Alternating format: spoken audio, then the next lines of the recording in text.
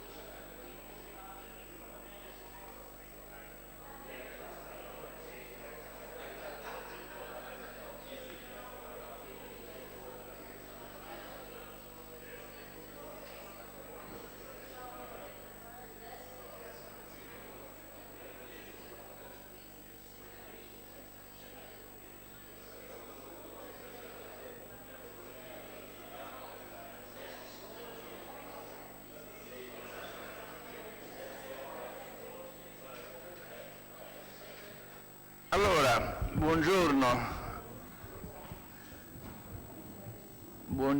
e benvenuti a questa sessione della mattina. Io spero che voi abbiate apprezzato non soltanto la giornata dei lavori di ieri, ma anche, quasi starei per dire, soprattutto la cena, il programma culturale il wine tasting. Noi tra l'altro vi ringraziamo perché è stato grazie a voi che abbiamo potuto inaugurare la nostra terrazza, che credo sia una delle più belle terrazze direi di Roma, e quindi è stata un'occasione bellissima per stare tutti quanti insieme. Tra l'altro devo dire che questo è uno dei gruppi, Luca, più diligenti che io abbia mai visto. Siete tutti qui presenti nella mattinata del secondo giorno. Nella mia lunga esperienza di 2 days meeting, di meeting di 2 giorni a Roma, normalmente il secondo giorno presenta un no-show rate medio del 30%. Se poi c'è il sole, come oggi, sale al 50%. Se poi è venerdì, sale al 60-70%. E se c'è stato il wine tasting la sera prima, è un complete no-show. Volevo dire 2 parole soltanto per fare il raccordo con la ottima sessione che abbiamo avuto ieri, sia nella mattina che nel pomeriggio. Io credo che il punto di fondo che sia emerso è che siamo di fronte alla decisione di fondo di scegliere un nuovo modello di sviluppo. Questa è la grande questione al centro. Un modello di sviluppo che sia sostenibile e che sia quindi capace di coniugare e di trovare quel difficile punto di equilibrio tra crescita, diritti sociali e uso ottimale delle risorse. Non è un compito semplice, questo lo avete detto tutti ieri. E fino adesso, onestamente, non ci siamo riusciti. Non ci siamo riusciti né come Europa, come continente Europa, né tantomeno come Paesi. Qualche elemento ci fa sperare.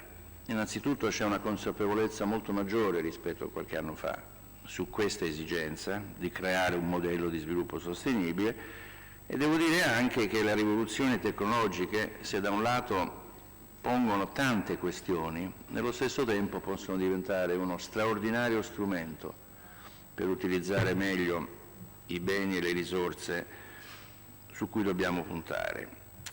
Ecco che è uscito forte ieri il bisogno di un cambio di passo. Modifiche marginali non producono più. Ed è importante, avete detto, che la leadership politica, la leadership amministrativa possa guidare e debba guidare questo cambiamento. Alcuni punti in particolare sono usciti e poi lascio la parola a voi. Innanzitutto ci sono delle scelte di fondo da fare relativamente all'Agenda 2030. Non si può stare nel mezzo, avete detto. Abbiamo tutti detto che c'è bisogno di più Europa, con ruoli più forti e più chiari. Abbiamo anche detto che le scelte della nuova squadra di governo europee devono dare priorità e segnali chiari sul tema della sostenibilità, cosa che non è avvenuta fino adesso.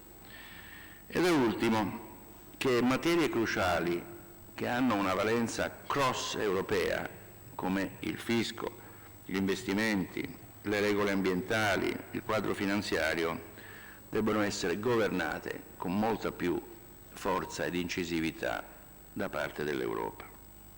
Il pilastro sociale, avete detto, deve essere fattore vincolante, e non lo è stato.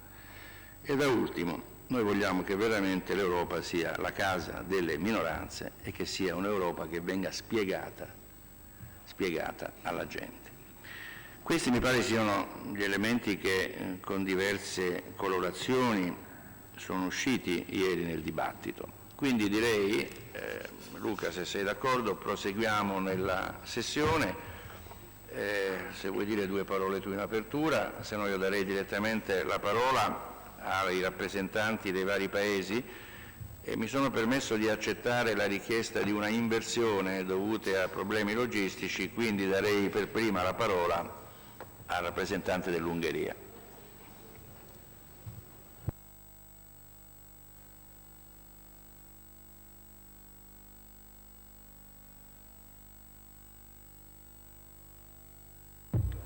Push the green. Thank you very much. Mille grazie per tutti.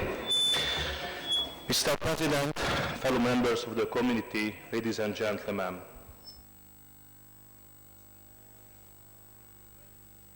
us together. The founders of European Union know that without common European values, there will be no European community. Only after common values can we consider common interest. The sources of our European values are Greek philosophy, on the left side you see, Roman law, and the Jewish-Christian revelation, the Bible. The most important and unchanging message of our common heritage is the message of love, respect of your neighbors, and helping the poor, freedom of speech, rights of women and children, and separation of church and state, and zero tolerance of anti-Semitism. Save nature, sustainable development. This is our common heritage, this is our common culture. Culture at the heart of Europe's identity and diplomacy. Our President, Luca Varnier, says, culture has a vast untapped potential to create a new European narrative, to restore confidence, and to help reconnect Europe with its citizens. The European Union must show solidarity by sharing their resources to help who are suffering persecution, deprivation. A good example of this, the Hungarian government's program to help persecuted Christians across the world. This is the Hungary Helps program. The 79th paragraph of the European contract demands the 79 paragraph of the European contracts demands the protection of our borders. According to the contract, we must defend European borders, as Hungary has done by land and Italy has done at sea. Effort aimed at eliminating poverty must go hand in hand with sustainable development, like Franz Pope says in his Laudate Si. The fight against poverty will stay an outstanding priority, as well as other global challenges such as climate change, the lack of resources, declining environment, and social equality. Eliminating poverty and securing sustainable development are connected challenges which European Commission worded nicely in its communication. Securing a decent life for all. The statement of the EU Commissioner for Development is very topical. Extreme poverty present in the world can be eliminated within one generation. This is don't depend on resources, but on political will and appreciate frameworks. We believe that poverty can best be defeated by creation of new jobs. Since 2010, the Hungarian government has received the strong support of the nation with 2/3 majority in parliament. Since 2010, almost 1 million new jobs have been created in Hungary. Currently, the rate of the unemployment only 3%. This is the best past 100 years. The GDP is growing fast, currently 5.6%. Employment of women and young people increased. Pensions are increased. The wages are increased as well. Taxes of jobs decreased. In order, the increase of the birth rate. The family that has 3 children, they receive support purchase of home and 7 passengers vehicle. All children receive free lunch at school and in the kindergarten. The government introduced one of Europe's lowest income tax rate, introduced family income tax allowance, decreased more than 10% the price of electricity, gas, and central heating. The program of self-sustaining settlements has started, building on local and regional resources. In Hungary, who want to work can work, and able to live normal level life of their wages. We believe that through our common values, interest, we can build a better common Europe. God bless Hungary, God bless Europe. Thank you very much. Grazie molto al rappresentante dell'Ungheria. Direi che questo è un bellissimo esempio di che cosa vuol dire impostare non soltanto una politica di sviluppo, ma soprattutto delle politiche sociali in un Paese i cui risultati si sono visti in maniera concreta. Quindi devo dire che il credito va indubbiamente alla visione della leadership politica ed economica del vostro Paese. Passerei ai rappresentanti, a los amigos de España, a las amigas de España. Buenos días, señor presidente, señores presidentes, secretarios, compañeros. Como saben ustedes, en este momento en el CES de España se está produciendo la renovación del mandato. Nuestro presidente también presentó su renuncia a finales del mes de abril y este es el motivo por el que yo esté aquí hoy explicándoles un poco la opinión del CES de España. Muy brevemente me voy a referir a ella. Lo bueno de intervenir el último día es que muchas de las cosas que uno quiere decir ya se han dicho, entonces voy a empezar diciendo que compartimos absolutamente el documento que se nos ha repartido y las afirmaciones de todos nuestros colegas. Ciertamente Europa necesita un nuevo modelo de crecimiento y competitividad que sea cualitativamente diferente al actual, que sea más inclusivo, más sostenible y que permita la conciliación de la prosperidad económica, el crecimiento y la inclusión social, sin olvidar que contamos con recursos muy limitados en nuestro mundo. Tenemos estas herramientas que consideramos que son importantes, el desarrollo de la Agenda 2030, que es un ambicioso proyecto, igualmente el Pilar Europeo de Derechos Sociales, que es una lástima que no tenga carácter normativo, pero puede convertirse en un baluarte de la sociedad civil para afrontar estos retos. Y, por último, el semestre europeo, que nos parece muy útil que se pueda conocer la opinión de la sociedad civil antes de que las instituciones ejecutivas ejerzan y manifiesten sus prioridades. En este sentido, les quería anunciar, aunque imagino que lo saben, que el próximo lunes en nuestro Consejo hay una reunión ya con el Comité Económico y Social Europeo, precisamente para pulsar la opinión de la sociedad civil española en aras a hacer ese informe común de la sociedad civil europea, ¿no? El CES de España ha entendido que la sociedad civil organizada que representamos debe ser la protagonista en estos procesos. ¿Cómo abordamos esto en España? En el Consejo español o bien hacemos dictámenes cuando se nos pasa por el Gobierno proyectos de leyes, o bien hacemos informes. En estas últimas etapas, como ha habido menos proyectos de leyes, pues sí que hemos hecho informes yo creo que de calado, que abordan todos estos temas. Ya en 2007, el Gobierno se dotó de una estrategia de desarrollo sostenible, pero bueno, luego vino la crisis y ahora en lo que nos estamos centrando es en cómo avanzar teniendo presente los 17 objetivos prioritarios de la Agenda 2030. Para nosotros es muy importante, creo que lo decía anteriormente el colega húngaro, el tema de la pobreza, el objetivo el 1.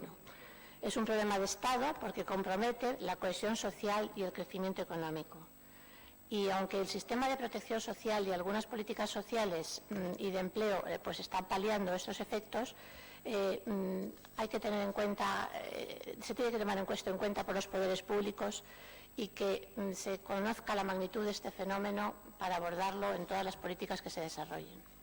Hay que reforzar, en opinión del CES, la eficacia de las iniciativas mediante una estrategia más visible de lucha contra la pobreza, integrada y coordinada y que implique a todas las administraciones. Otro de los temas prioritarios de los Objetivos de Desarrollo Sostenible es la educación inclusiva. Para nosotros es muy importante porque tenemos un porcentaje bastante alto de abandono escolar y una cantidad de jóvenes que ni trabajan ni estudian. Y ciertamente nos parece que tenemos que ser conscientes todos y tomar medidas. También el consumo responsable genera mucha opinión en el CES. la necesidad de garantizar el derecho de los consumidores a una información clara, veraz y fiable acerca de las características de los productos que consumen. El Gobierno español publicó en 2017 el Pacto por una Economía Circular, que estuvo firmado por los agentes sociales, empresariales, entidades y empresas comprometidas con la reducción del uso de recursos naturales no renovables. Estamos trabajando en ello, pero ya saben también que en mi país ahora mismo pues, se han producido muchos cambios en los gobiernos en estos últimos años. Esperamos ya la estabilidad y que podamos avanzar en estos objetivos. Reconocemos que tenemos una situación mejorable. Según el Índice de Desarrollo Sostenible de Naciones Unidas, ocupamos la posición 30 en el ranking de 149 países. Pero, pese a los avances registrados, por ejemplo, en materia de conservación del medio natural, tenemos aún un largo camino por recorrer en términos de protección del medio ambiente y de evaluación de las políticas correspondientes. Es necesario subrayar desarrollar una conciencia ambiental entre los ciudadanos, que todavía está en una fase incipiente. Respecto al acceso a una energía asequible, que es otro de los temas que preocupa en nuestro Consejo y que estamos abordando, de hecho se hizo un informe el año pasado sobre este tema, sobre energía, entendemos que la transición energética debe estar planificada y garantizar el suministro, para lo que deben establecerse periodos de adaptación. El CES ha propuesto el desarrollo de un plan estratégico estatal sobre transición justa, que esperamos que se lleve a cabo pronto. En este sentido, para incorporar todos estos objetivos de desarrollo sostenible, el Gobierno de España ha instituido el Alto Comisionado para la Agenda 2030, que depende de la Presidencia del Gobierno, y está encargado de la coordinación de las actuaciones para la coordinación de esta agenda.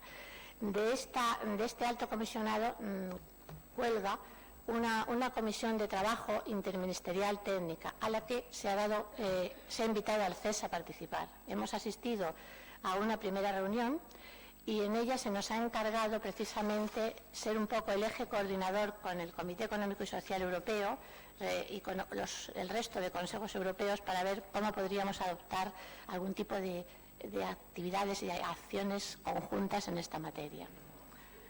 Por su parte, el pilar de los derechos sociales constituye también un tema transversal dentro de las políticas de empleo e inclusión social. Nos parece muy importante abordarlo, pero como ya explicaba antes, es una lástima que no tenga ese sustento normativo.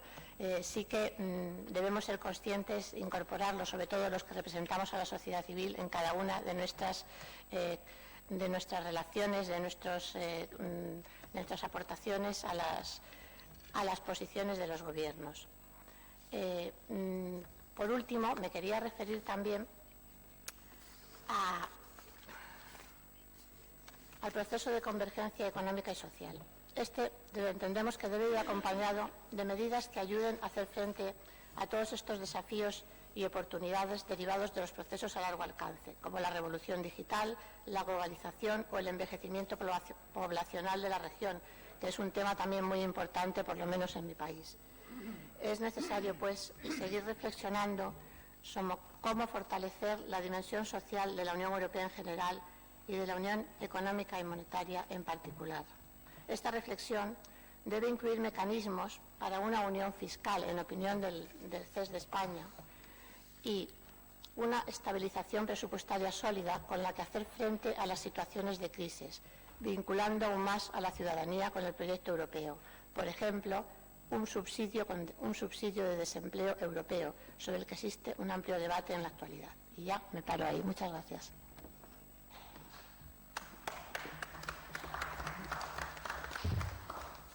Grazie, interessanti i punti che sono stati indicati. Innanzitutto il primo commento, che è stato un peccato che il pilastro sociale non sia stato implementato a livello europeo nella maniera giusta. Giusto il commento sulla scuola come una delle priorità fondamentali per dare sostenibilità al processo di sviluppo, il consumo responsabile sull'uso delle rinnovabili. Ecco, mi interessava molto il tema della Commissione Agenda 2030. Questa è già operativa, questa Commissione? Sì. È già in funzione? Sì. E sì. il Consiglio in Spagna ha il compito di monitorare Precisamente es mi dirección la que está asistiendo, la que ha sido designada por el CES para asistir a estas reuniones, y ya hemos asistido a la primera, en la que se nos ha pedido que contactáramos con el Comité Económico y Social Europeo y con los otros CES para ver un poco cómo podríamos trabajar juntos en estos temas. Mi sembra una buona iniziativa. Noi anche come qui in Italia avremo un ruolo di questo tipo. Bisogna vedere se la Commissione poi ha i poteri trasversali a livello di governo per poter influire su tutte le decisioni. Questo però l'esperienza ce lo potrà dire. Va bene, grazie alla nostra rappresentante della Spagna. Passerei a un'isola vicino. Oh, pardon, prego. Oui, bonjour mesdames et messieurs. Juste une question pratique. Vous nous avez envoyé hier le draft des conclusions finales et vous nous avez dit qu'il était important de vous transmettre les amendements avant 11 heures, si je ne me trompe pas. Donc, à quel moment avez-vous prévu que nous vous en parlions afin que le document puisse comporter toutes nos remarques ? Sachant que nous avons juste un amendement qui est très simple, très opérationnel et qui ne devrait pas poser de difficultés.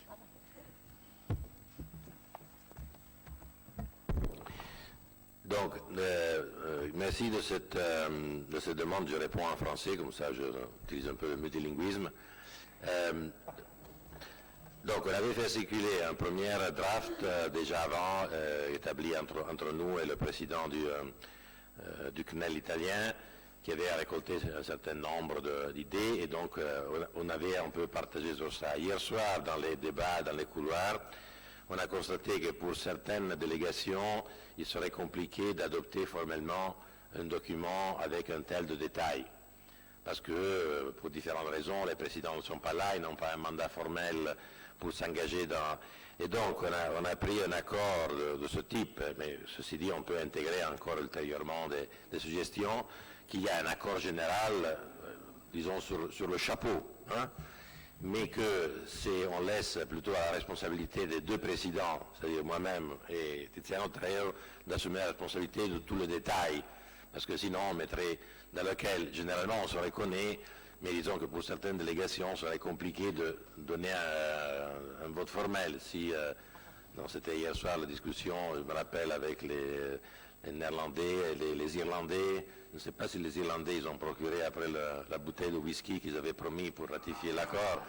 Mais moi j'avais dit que j'acceptais l'accord à condition qu'il y ait une bouteille de whisky single malt delivered to me this morning. I don't know, but they not until now they not fulfill the pact. So I will still wait for the. Alors, la proposition que je fais, c'est que vous transmettiez à notre secrétariat ces propositions ultérieures, on les intègre parce que finalement, on n'a aucune possibilité, on aura lecture du texte final qui est un texte de différentes choses, mais dans ce format. Donc, ce sera un texte sur lequel il y a quand même eu un large partage, mais il n'y aura pas une adoption formelle parce que certaines délégations ne seraient pas dans les conditions formelles de ratifier l'ensemble, soit parce que certains aspects de détail, leurs conseils n'ont jamais débattu, donc ils ne pourront pas. Donc, on a trouvé un peu cette solution de compromis salomonique, mais très dans, disons, dans l'esprit de la jurisprudence italienne. Merci Monsieur le Président. Donc du coup, pour tous nos collègues, et que personne ne soit surpris, nous vous avons écrit simplement par rapport à notre intervention d'hier pour vous demander un changement de rédaction pour rendre plus concret les objectifs de développement durable afin qu'ils soient compris de nos citoyens européens. C'est tout. On est complètement d'accord. D'accord. Merci.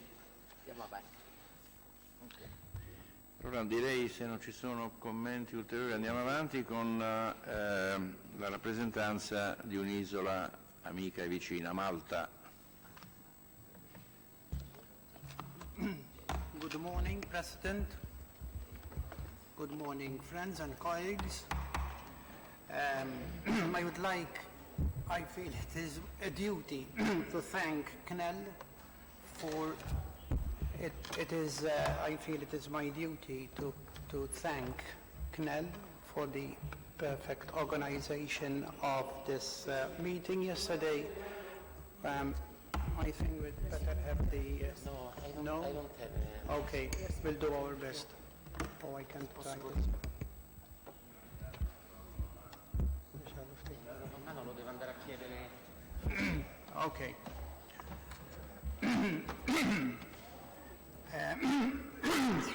Excuse me, I would like to thank CNEL for the perfect organization. Yesterday we had the opportunity to attend to the opera, and we had we had a very good time there. It was perfect, and the show was fantastic.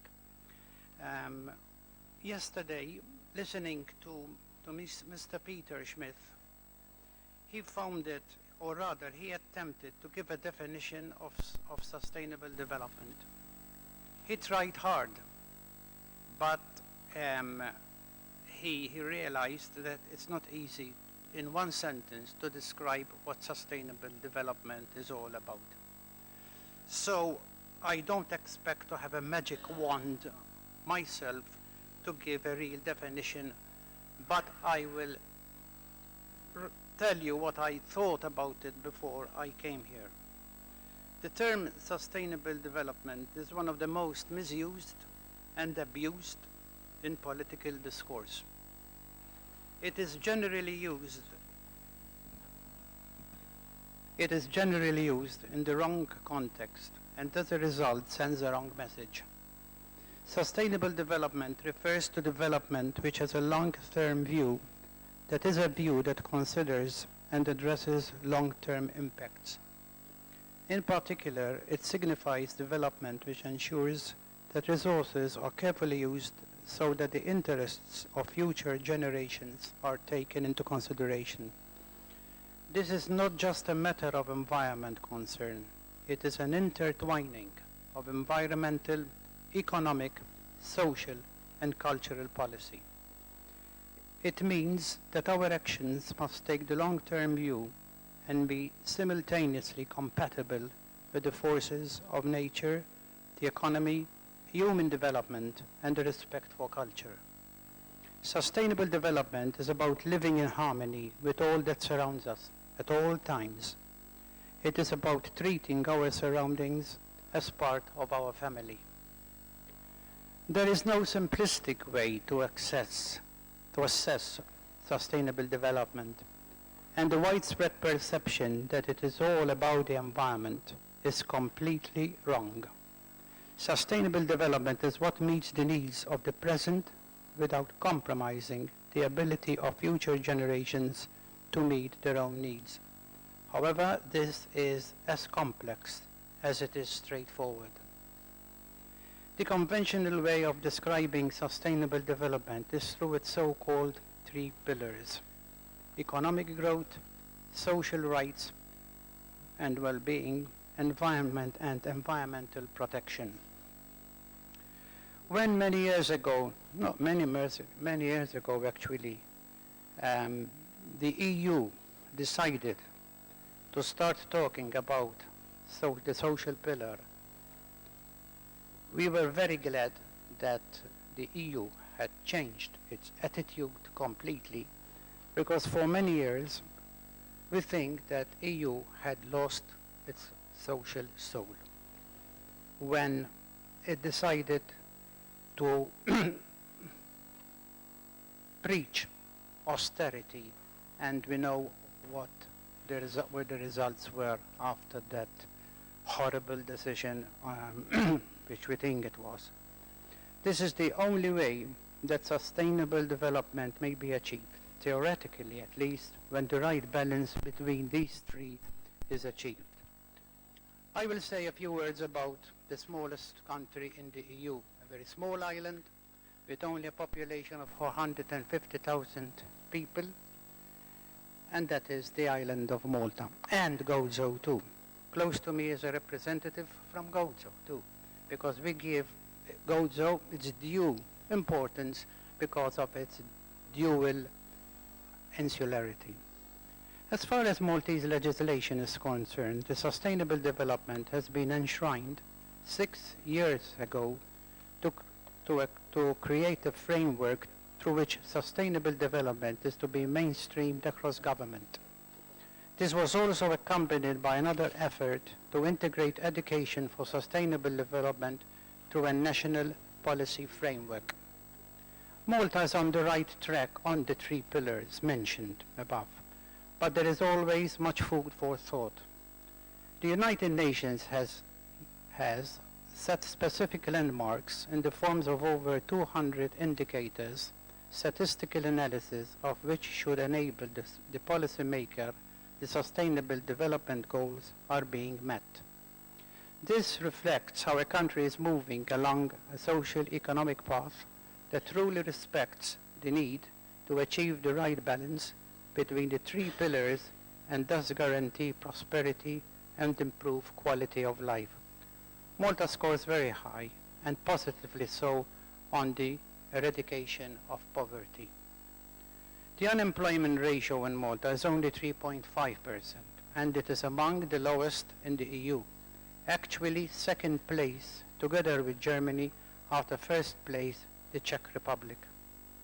The number of employment among persons with disability has increased enormously, and government has just 2 or 3 weeks ago declared that persons with disability who for genuine reasons are unable to work will be receiving an allowance equal to Malta's minimum wage. Every year on budget day, the government continues to increase pensions, and this is due to the fact that the country has a very strong economy from a deficit situation to a surplus. The problem Malta is now facing is lack of workers, and no wonder then that the number of foreign workers, mostly from EU countries, has increased tremendously. We score highly on industry and infrastructure and on gender equality. The government is also engaged in major investments in our road network to improve accessibility and transport and hence reduce the economic burden that is daily being incurred as a consequence of traffic congestion. Malta can be done in terms of safeguarding biodiversity. Sadly, it is one aspect of environment that rarely features as prominently as air quality in political party manifestos. The population is deeply concerned about the air we breathe. A lot of progress has been made concerning waste management and recycling. The voices of concern raised by individuals and stakeholders, particularly in land use and excessive construction, must be heard judiciously and judiciously addressed. Renting of apartments in Malta has become a nightmare, but the government has a few months ago embarked on more social and affordable housing and has issued a white paper on the subject of rents. It is, however, important to point out that 79% of the people in Malta own their own house. Sustainable development and social pillars are a worldwide challenge. It unavoidably becomes far more complicated within the context of small island states. Satisfactory as Malta ranking may look, it does not warrant public or private enterprise to take sustainable issues for granted. Thank you. Grazie molto al rappresentante di Malta. Mi sembra abbia dato la definizione molto giusta di sustainable development, fulfill the present needs without compromising the future. E qui è il cuore di tutta la questione, trovare il punto d'incontro tra le risposte di breve e la protezione del lungo periodo. Qui, se Luca mi permette, porto l'esperienza di imprenditore. Quante volte abbiamo noi all'interno dell'azienda discusso quanto dovevamo delle nostre risorse dedicare ai risultati di breve e quanto invece assicurarci che ci fosse continuità nei risultati. E purtroppo le due cose non sono mutually exclusive. Oggi tu devi portare a casa dei risultati nel breve tempo, ma nello stesso tempo lavorare sui fattori che ti assicurino la crescita sostenibile nel futuro, perché altrimenti i mercati ti penalizzano. Il che vuol dire lavorare sulla migliore organizzazione, lavorare sulla formazione, lavorare sulla preparazione di nuovi prodotti, cioè avere una visione di short term e di long term insieme. Questa è la nuova leadership di cui abbiamo bisogno oggi. Abbiamo bisogno della cosiddetta ambidextrous leadership, gente capace di guardare sulla punta delle proprie scarpe, ma anche di guardare lontano. E questo è il modello, credo, che l'intera società deve assorbire. L'impresa, il terzo settore, la società della formazione, l'accademia, la società politica. Quindi il punto è molto, molto ben centrato. Circa i problemi che Malta ha messo sul tappeto, credo siano problemi, parto dall'unemployment, che sono comuni a tanti paesi, soprattutto della fascia meridionale dell'Europa. E anche qui le politiche dell'austerità non credo che abbiano sempre portato a quei risultati che tutti quanti auspichiamo. Quindi di nuovo una scelta politica di lungo periodo, ma con una visione chiara di che cosa serve alla gente oggi, di nuovo è un esercizio difficile ma necessario per poter superare questa fase critica. Passerei ai Paesi Bassi, the Netherlands.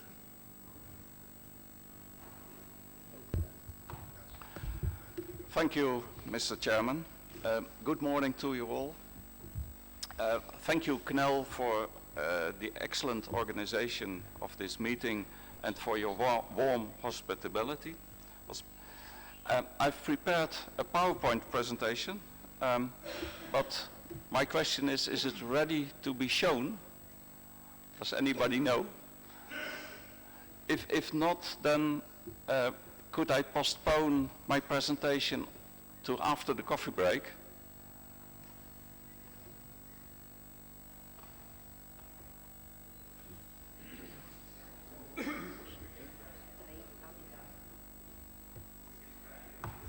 No, I've sent it to Sonia Calvi.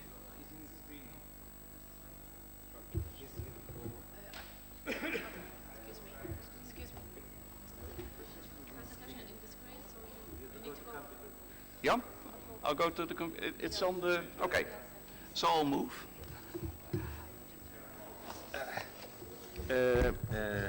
My suggestion is if you can explain that in words and once is No, we can ask Austria, and in the meantime... okay, we can, that's a good suggestion. Can we switch to Austria, and in the meantime we can load the presentation? Okay, that's fine, but... Is the Austrian team ready? I don't see Austria. So let's go ahead with Austria. In the meantime, always ready. always is always ready, Austria. Okay.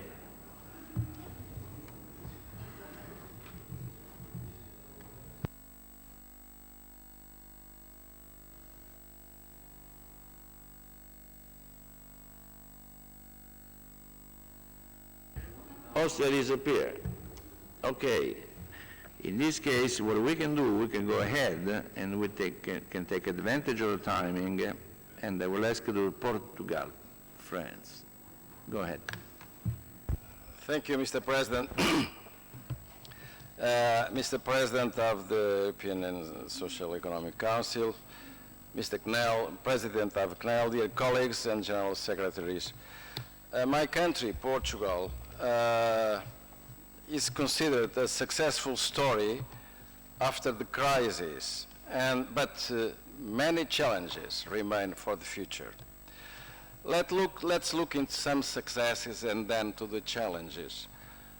In the version of success, we can say that our country resisted to the dominant paradigm in terms of adjustment, adopting an unconventional policy.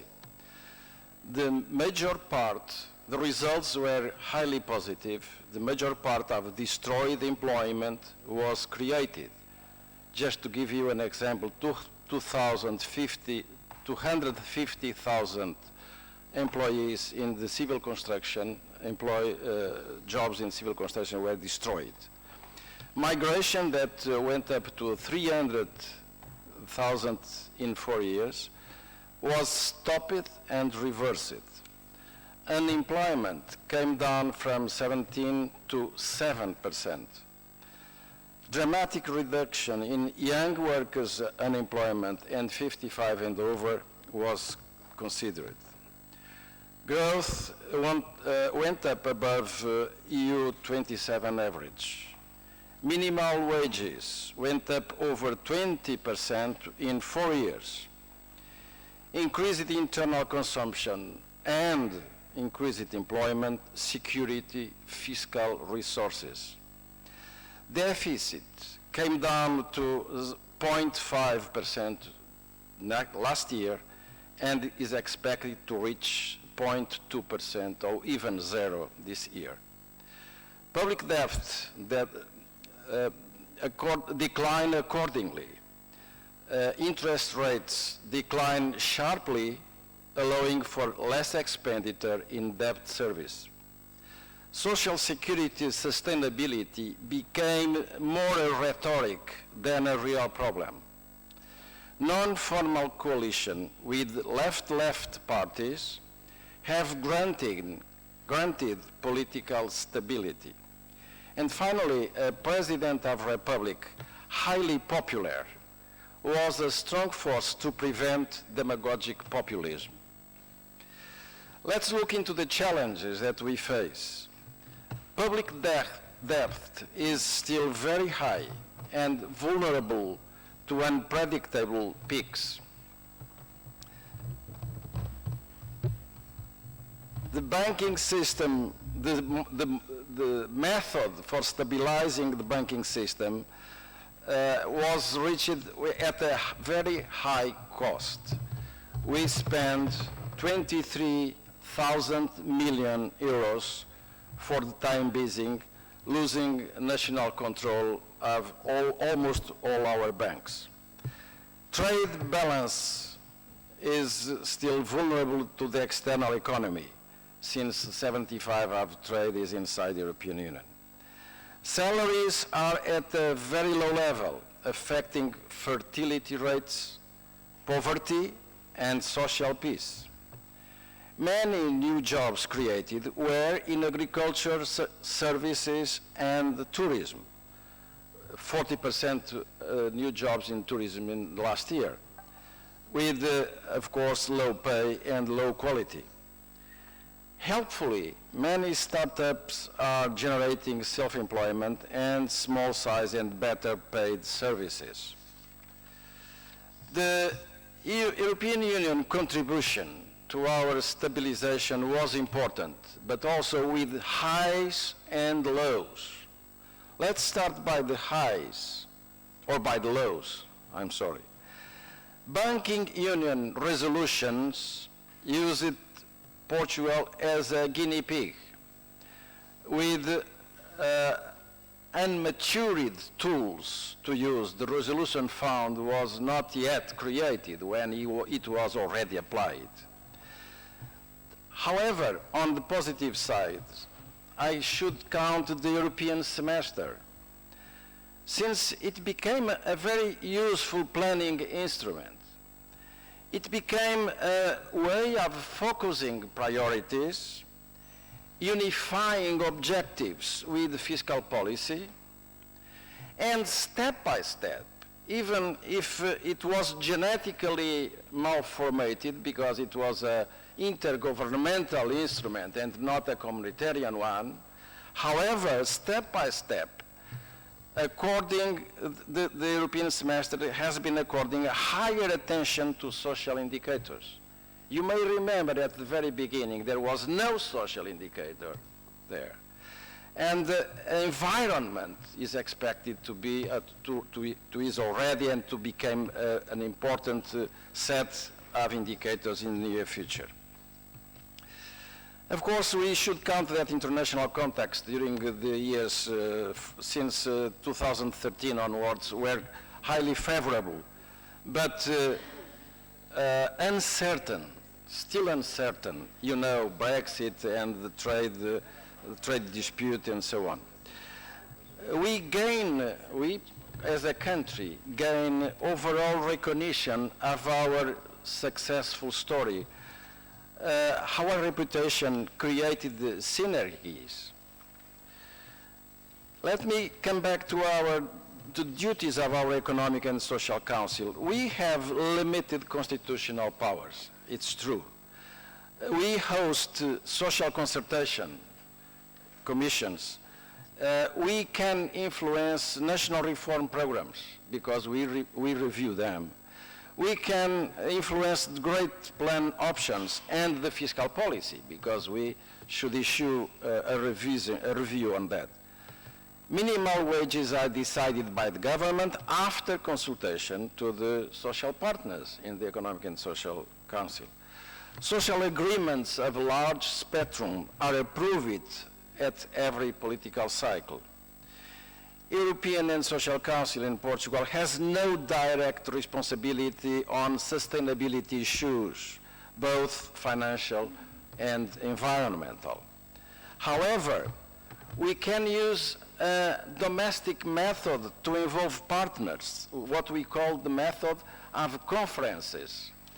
Since we are, with the conference, we are generating knowledge, selecting key topics through largely participated conferences, more than 200 people present.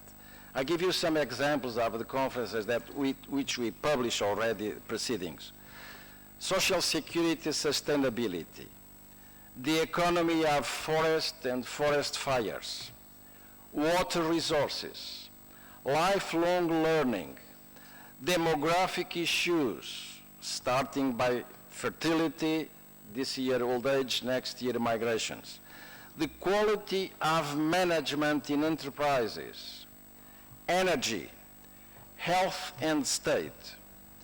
This type of conference are a way of conveying social partners, specialists, and the academy, and government, of course. All proceedings are published. Finally, let me mention the major challenges that we see at the European Union level. The big challenge we face are inequalities, both regional, urban, rural, as France witnessed yesterday, income distribution, taxation inequalities, so many inequalities that are surrounding us. We have been dominated by financial issues and political myopia, avoiding a clear consideration of this growing problem, the problem of inequity.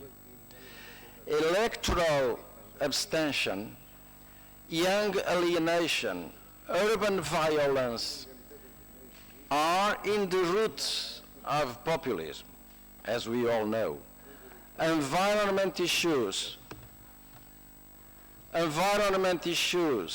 sustainability are increasingly popular among youngsters. How to react? Not through mock jobs, of course, but to improving the pursuit of equity. This word needs to be more visible and more explicit in our conclusions. I followed the French advice yesterday.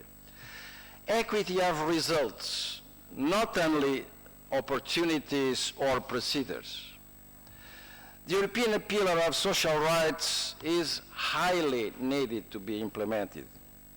Finally, we should abandon the use of the word environment as a tool for political correctiveness. Scarcely use it in all occasions. Environment in all policies is a key concept.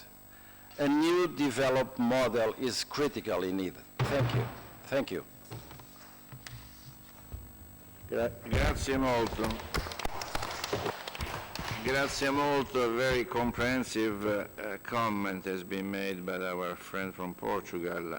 In effetti il Portogallo è considerato una storia di successo ed è una storia di successo grazie a una serie combinata di misure di sviluppo ma anche di di approccio alle questioni sociali.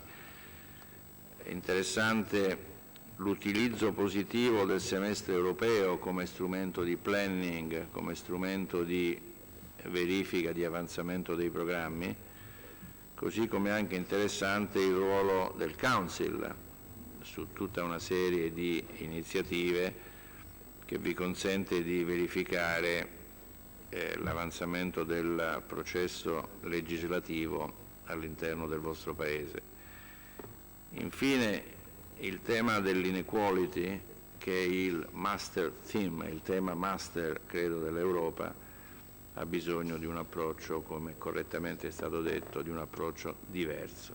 Ed è stato un peccato, lo diceva la collega della Spagna, che questo tema non sia stato implementato, il pilastro sociale, nella maniera adeguata.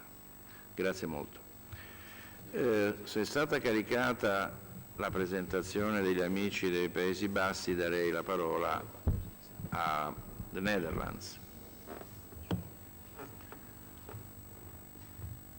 Siamo in condizioni di... The Netherlands friends? We have the presentation on? Yeah, Okay, you can go on. it will. Ecco. Eccolo.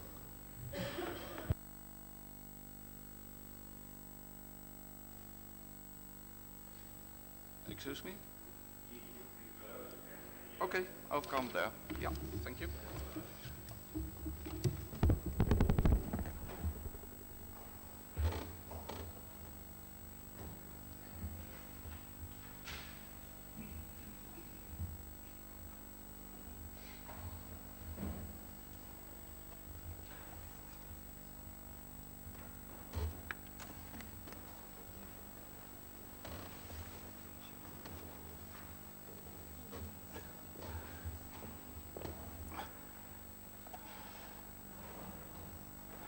Thank you, Mr. Chairman. So, our Social and Economic Council is involved in various ways in promoting sustainable development, both in our own country and in the European Union, and even worldwide. And in my short presentation, I would like to focus on two aspects.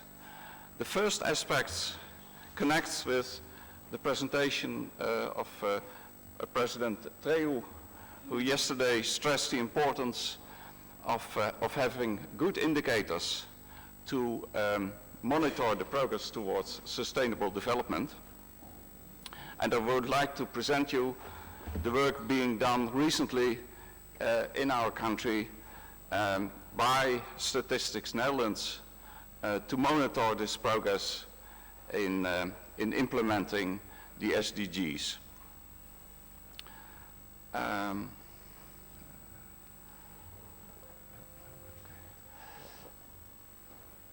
Help. No, this is second. It's okay. Thank you. So, Statistics Netherlands includes now the 17 SDGs in its monitor of well-being, of broad well-being. It monitors both for present well-being, called here and now, and this is measured on the basis of 29 indicators in various categories: GDP per capita, well-being, material welfare, health, labor and leisure time, housing, society, safety, and the environment.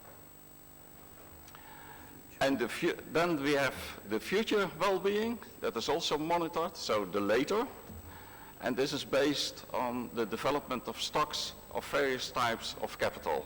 And there, these categories are distinguished: GDP per capita, economic capital, natural capital, human capital, and social capital. And by way of an illustration, I can show you the way the monitoring of the future well-being. For reasons of time, I can't show you everything, but Take your time. this is the basis for the future well-being. I'm afraid you can't see all the details, but the general picture is like that. These categories, under these categories we have various indicators. For instance, so on top you see GDP. On the right side, first you see some indicators for economic capital, including the capital stock and the wealth of households. Then at the lower right side, you see the natural capital, various indicators for natural capital. Then at the left bottom side, you see the human capital, including, for instance, the healthy life expectancy, education, and hours worked. And then at the left upper side, you see the social capital, various indicators like trust in other people, trust in institutions, and yeah, these are important categories. And at the bottom, you see indicators. There we compare ourselves with European Union, the other member countries. And red indicates, at the bottom, indicates that we are doing worse than the majority of European countries. Green, that we are doing better. So you see, for instance, that in natural capital we are doing quite badly, and we have to improve ourselves. So in the circle, both trends and the very recent developments are shown. So the inner circle shows the longer term trend, last 8 years. The outer circle shows the current situation. So, for instance, in economic capital, you see that the general trends are quite favorable towards sustainable development, but the most recent developments are in general not that well and need adjustment. So this is just to show you, to illustrate to you the work that is being done, and that hopefully also provides, will be taken up not only by our council but also by government and by all those who have to participate in the process of realizing sustainable development. Then I turn to the other subject that I would like to discuss with you. We've prepared 2 months ago. We've published an advisory report on the future of European integration. It was called "The Priorities for a Fair Europe: Stronger Together in an Uncertain World." That's the title of the report. And we concluded once again that European cooperation and integration are crucial to our prosperity.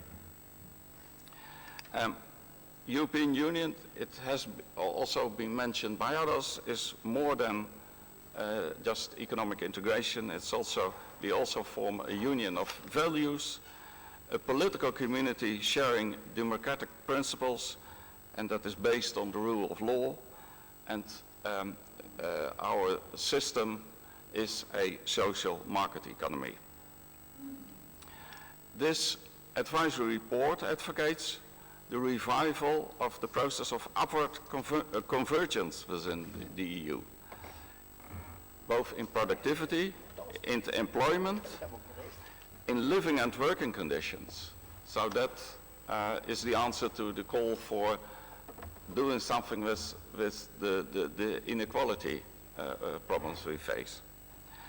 And we think that this revival of the process of upward convergence should be central to the new multi-annual EU strategy that we advocate. So how to achieve these goals? I just show you some important building blocks that we for achieving these goals. So the first element, essential element, is the further development of the single market, deepening it, but also increasing its fairness in offering effective protection to workers, consumers, and to the natural environment. We need, we have common rules, we need good common rules, but we need especially far better compliance and enforcement of our common rules. So member states should invest far more in cooperation and in the systematic exchange of information, helping to effectively enforce these common rules. Preserving the rule of law presupposes independent judiciary in all member countries. That's also a concern for us.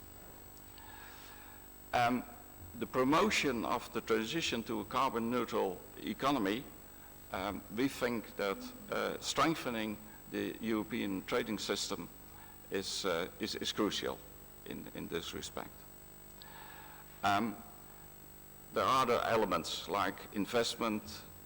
We have to invest in artificial in intelligence. It's mentioned before, but in a trustworthy artificial intelligence. And we need effective common migration policies.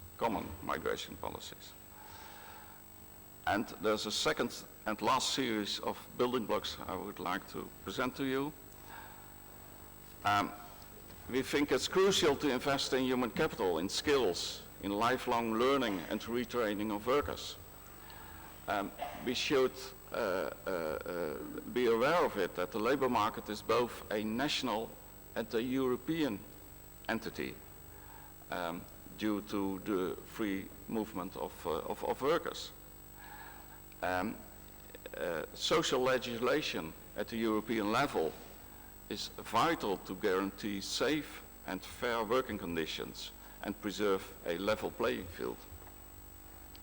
The four freedoms indeed include the free movement of workers and free movement of services, but the option of posting of workers should not be abused just for cost-cutting purposes. And a final issue is we need better rules in international transport and to eliminate bogus companies and to resume shopping, not to undermine our common rules. Thank you.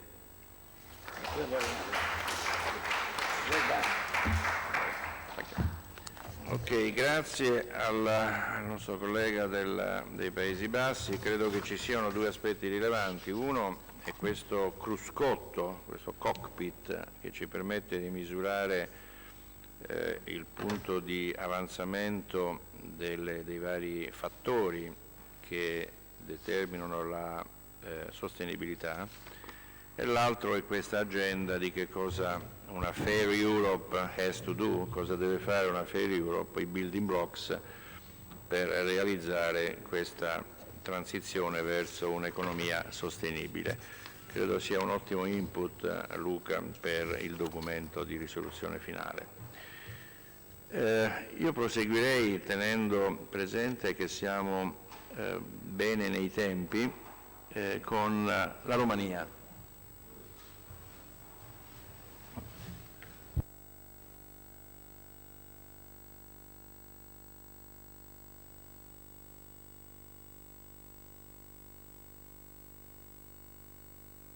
Is always ready.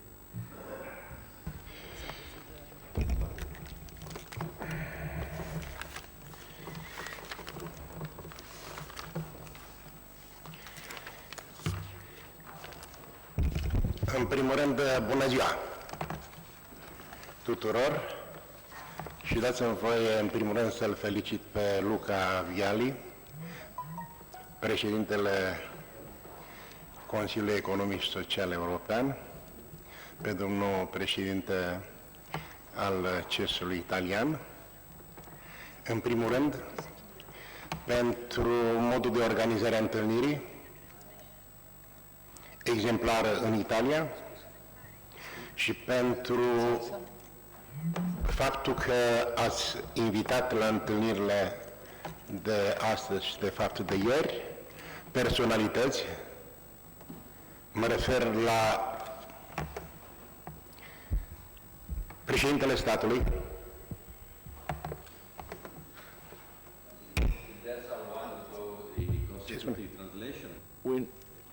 îi traduce. Ia acolo traduce sus.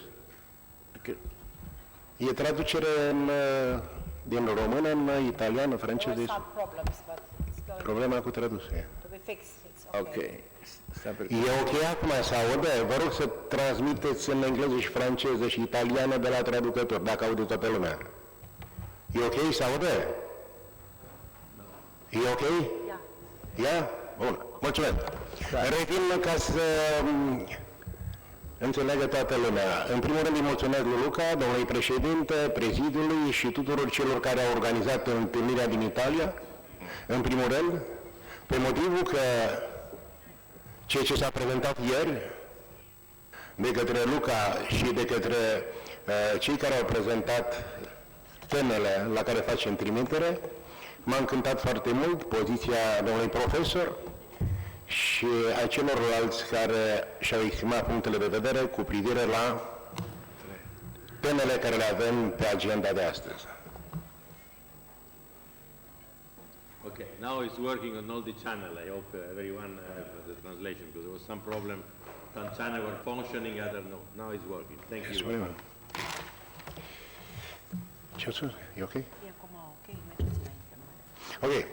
Sorry, you are too Latin, so the Latins have always problem to be. Eu mi-aș împărți intervenția mea în două momente. Mi-aduc aminte acum un an de zile, că ne-am întâlnit toți împreună, mă refer la colegii din CES-urile membre ale CES-ului european, unde atunci ne exprimam îngrijorarea fiecare dintre noi, ținând cont de faptul că vor veni alegerile europarlamentare. Acum, prin ce a exprimat Luca și ce am constatat toți, s-au finalizat alegerile europarlamentare. În contextul în care s-au finalizat, eu mă refer în mod special la România, spre deosebire de celelalte alegeri, trebuie să spun că la alegerile din anul ăsta au participat la vot peste 50% din populația cu drept de vot, ținând cont că până acum participa 20-30% și era un dezinteres, să fiu foarte corect, față de alegerile europarlamentare. Ținând cont de ce s-a întâmplat în România și de ce nu în Uniunea Europeană, România a fost sensibil și de data asta trebuie să recunosc că au ieșit la vot și și-au transmis în Parlamentul European cei pe care au considerat că sunt cei mai valoroși, cei mai buni, într-adevăr, care la rândul lor să reprezintă România și Europa. Procentele s-au schimbat și nu vreau să fac comentarii la procente, vreau să fac trimitere la ce de calitate sau ceea ce a fost votat trebuie respectat. În condițiile astea am făcut un pas enorm de mare. Și eu cred că România, dacă facem trimitere la întreaga populație, susține integral Europa și integrarea în Europa a fost un pas fundamental pentru întreaga populație a României și puteți să vedeți în toate sondajele că România a ținut, susține integrarea și tot ce s-a întâmplat în Europa în domeniul dezvoltării economice, sociale, culturale, pentru că Uniunea Europeană, dacă facem trimitere în istorie, e o diversitate a culturilor. Nicăieri în lume nu există ce există în Europa ca valori culturale, ca valori chiar și etnice, și fiecare putem să ne localizăm într-o anumită zonă. Dar fiind o unitate în diversitate, noi avem o mare șansă, mă refer la Europa, în raport cu celelalte state de pe glob. Și aici, când spun cu celelalte state de pe glob, să nu uităm că China nu e departe, și China, așa cum puteți constata, a avansat enorm de mult și celelalte state din lume și celelalte continente. Adică noi suntem într-o situație în care trebuie ca să strângem rândurile, mă refer la Uniunea Europeană, ca să putem să facem față în raport cu celelalte continente și cu celelalte țări din întreg globul. Pentru că nu ascund nimic, că sunt și președintele Asociației Internaționale a Consiliilor Economice și Sociale, unde trebuie să recunosc că o parte din colegii prezenți sunt colegi cu mine, pentru că în momentul de față reprezint și Europa. Anul ăsta vom preda mandatul continentului african. Dar dacă discutăm pe plan global, lucrurile sunt și mai complicate. Pentru că dacă discutăm pe tema care am lansat-o eu la Santo Domingo privind digitalizarea, și aici fac trimitere, vrem sau nu vrem, credem sau nu credem, epoca industrializării s-a încheiat și putem face și trage concluzii la epoca industrializării ce s-a întâmplat timp de 50 de ani și acum suntem într-o cu totul altă etapă. Suntem în etapa digitalizării și etapa digitalizării e o etapă care e o nouă eră în dezvoltarea științii tehnicii și bineînțeles că cei care vor investi în noua generație, în digitalizare, vor avea șansa vieților să aibă într-adevăr condiții mai bune decât avem noi acum sau cel puțin la nivelul standardului care sunt acum. Pentru că globalizarea o revedem fiecare dintre noi. Circulația mărfurilor, circulația persoanelor, companiile multinaționale, transnaționale, capitalul nu se poate reține într-o anumită zonă. Și atunci trebuie să avem foarte mare grijă și când spun foarte mare grijă, mă refer la întreaga Europa, unde eu cred și îmi iubesc și țara, dar și Europa, indiferent unde am fost, și vreau să vă spun că noi ar trebui să facem o evaluare la nivelul Europei în comparație cu celelalte state și vom ajunge la concluzia că resursele naturale, și aici mă refer chiar și la România, resursele naturale de care dispune România, nu prea multe țări dispun în lume și eu cred că trebuie să plecăm la o construcție a Europei, ținând cont de resursele naturale de care dispune, dau un exemplu, Europa. Pentru că dacă discutăm de resursele naturale, putem să discutăm și despre mediu. Mediu care e o problemă care nu are graniță și când vorbim de mediu, vorbim de apă, aer și sol. Eu cred că e o problemă fundamentală a Europei și a nației și a întregului glob. Pentru că noi, mă refer la Europa, trebuie să ne protejăm, cum spunea Luca, și granițele, pentru că și imigrația e o problemă fundamentală. Schengen e o problemă fundamentală care trebuie să ne apere interesele tuturor țărilor Uniunii Europene. Și acum revin la România pentru că acolo trăiesc și acolo desfășură activitatea. Consiliul Economic și Social din România, spre deosebire de celelalte, nu știu cum sunt organizate, trebuie să vă fac precizarea că e un organism prevăzut în Constituția României, iar la articolul 141 din Constituție e prevăzut că Consiliul Economic și Social e un organism consultativ al Parlamentului și al Guvernului și funcționează în baza legii de organizare și funcționare. În cadrul CES-ului sunt 15 reprezentanți ai patronatului, 15 ai confederațiilor sindicale, 15 ai societății civile. Care sunt competențele CES-ului? CES-ul are competențe de a da avize întregi legislații promovate de către guvern, senatori și deputați. Toate actele normative emise de ei, ca proiecte de acte normative, au obligatoriu avizul CES-ului. În contextul în care nu e transmisă la CES și nu are avizul CES-ului, că CES-ul are obligația în termen de 10 zile să dea avizul, dacă nu au avizul, legile pot fi declarate neconstituționale. Chiar în momentul de față am avut două legi care au fost declarate neconstituționale, tocmai pe considerentul că nu au avut avizul Consiliului Economic și Social. Și trebuie să vă spun, la noi un avantaj enorm de mare, fiindcă în cadrul comisiilor, în cadrul dezbaterilor, noi putem să facem amendamente la absolut întreaga legislație care guvernează inclusiv relațiile de muncă în România și inclusiv partea economică, dacă ne-am spus, mă refer la întreaga legislație. Și noi avem un mare avantaj pentru că întotdeauna am urmărit în cadrul Consiliului Economic și Social ca directivele Uniunii Europene să fie implementate, să fie duse la îndeplinire și să fie respectate. De asemenea, al doilea obiectiv fundamental e problema fundamentală, mă refer aici la Organizația Internațională a Muncii. Adică toate convențiile ratificate de fiecare stat fac parte din dreptul intern. Ca atare, noi am militat ca toate convențiile Organizației Internaționale a Muncii să fie implementate pe teritoriul României. Asta nu înseamnă că noi n-am avut dificultăți, asta nu înseamnă că noi am avut probleme. Și dacă îi vorbim de România, am avut un exod enorm de mare de forță de muncă, trebuie să o recunoaștem și să o spunem, s-a stabilizat.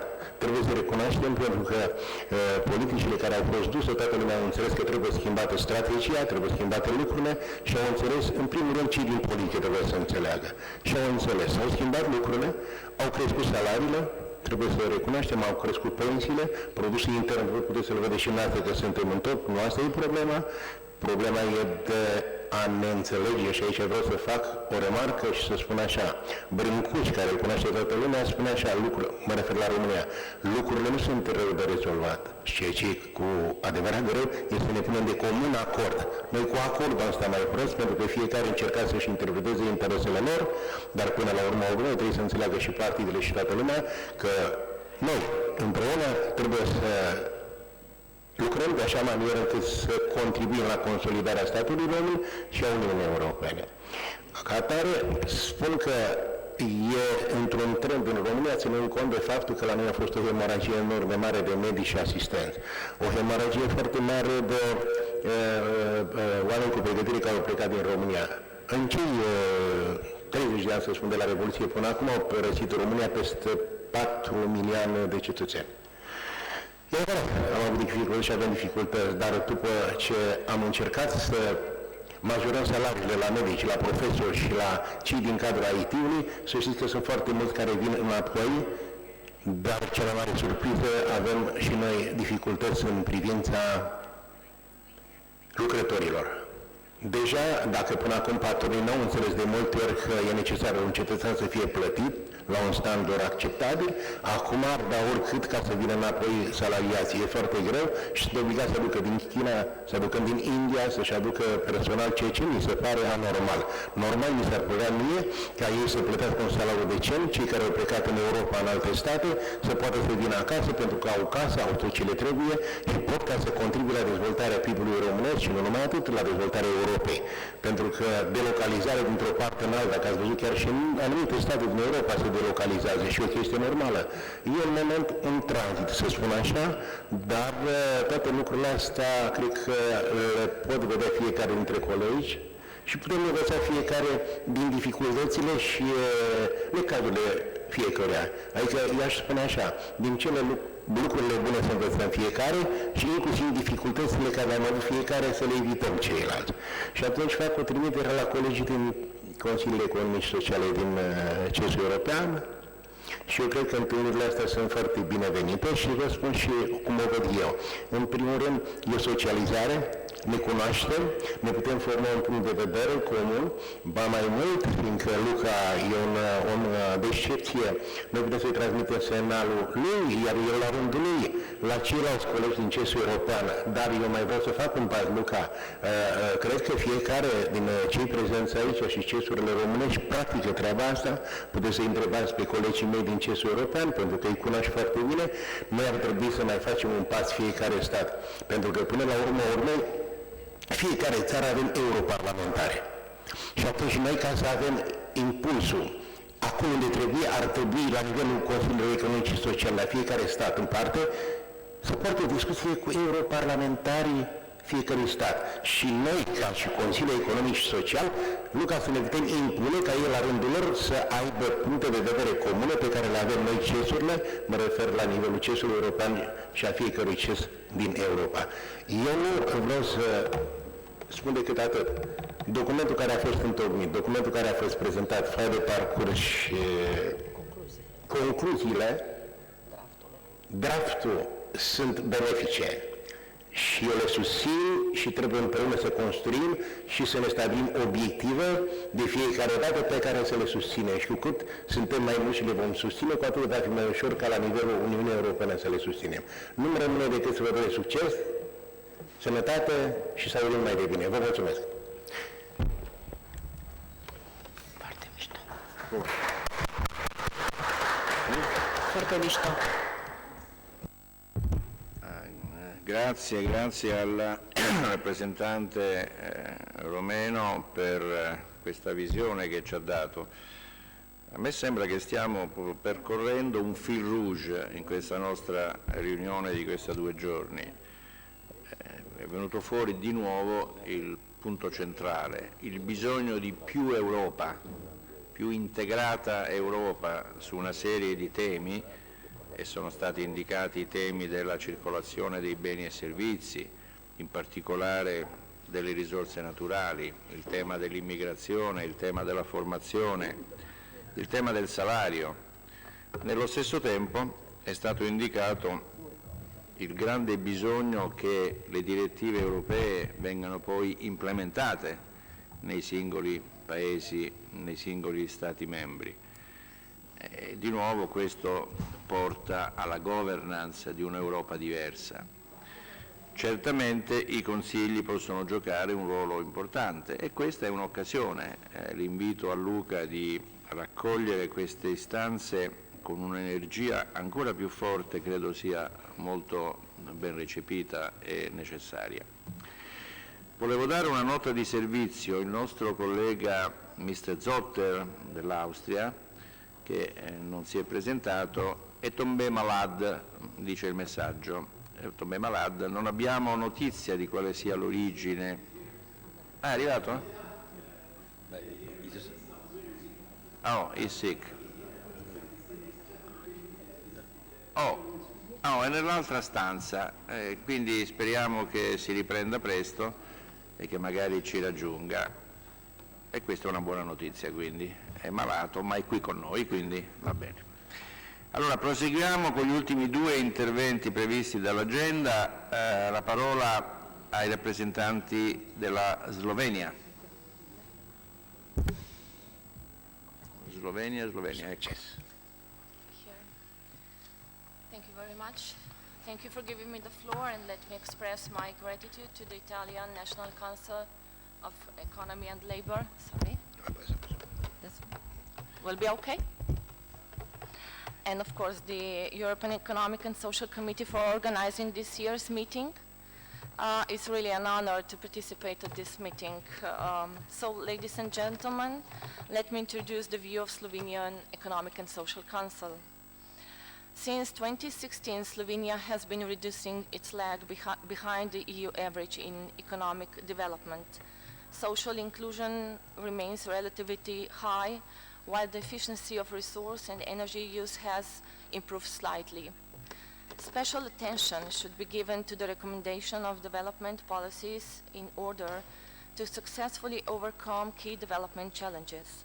Such policies must be aimed at accelerating productivity growth, adapting to demographic changes, and strengthening the development role of the state and its institutions while striving to reduce environmental burdens.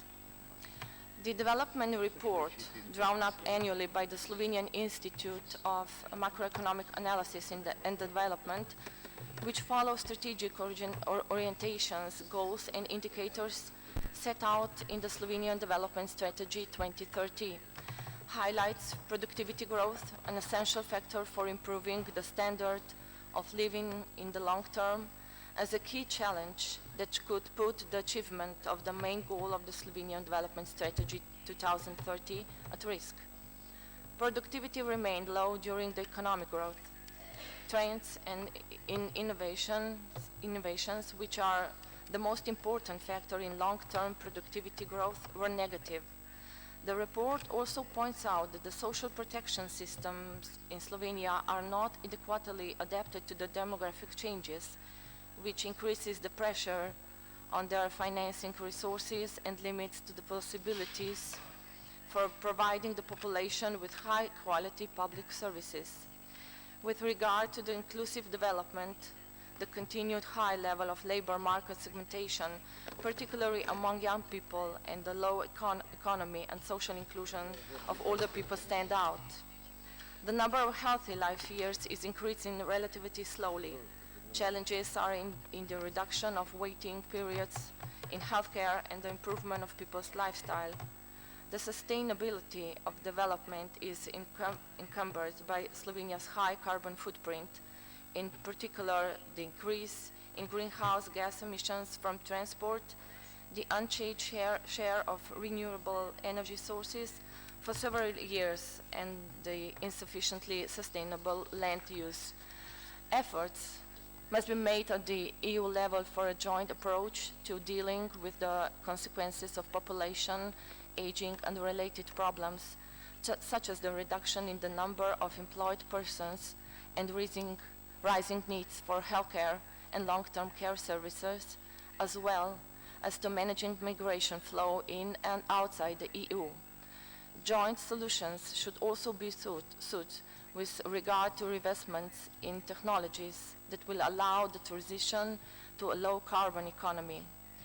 In order to effectively adopt and strengthen the resistance to climate change and fulfill the commitments from the Paris Agreement on climate change, a coordinating response is needed at the global level, which is only possible through joint action in EU institutions.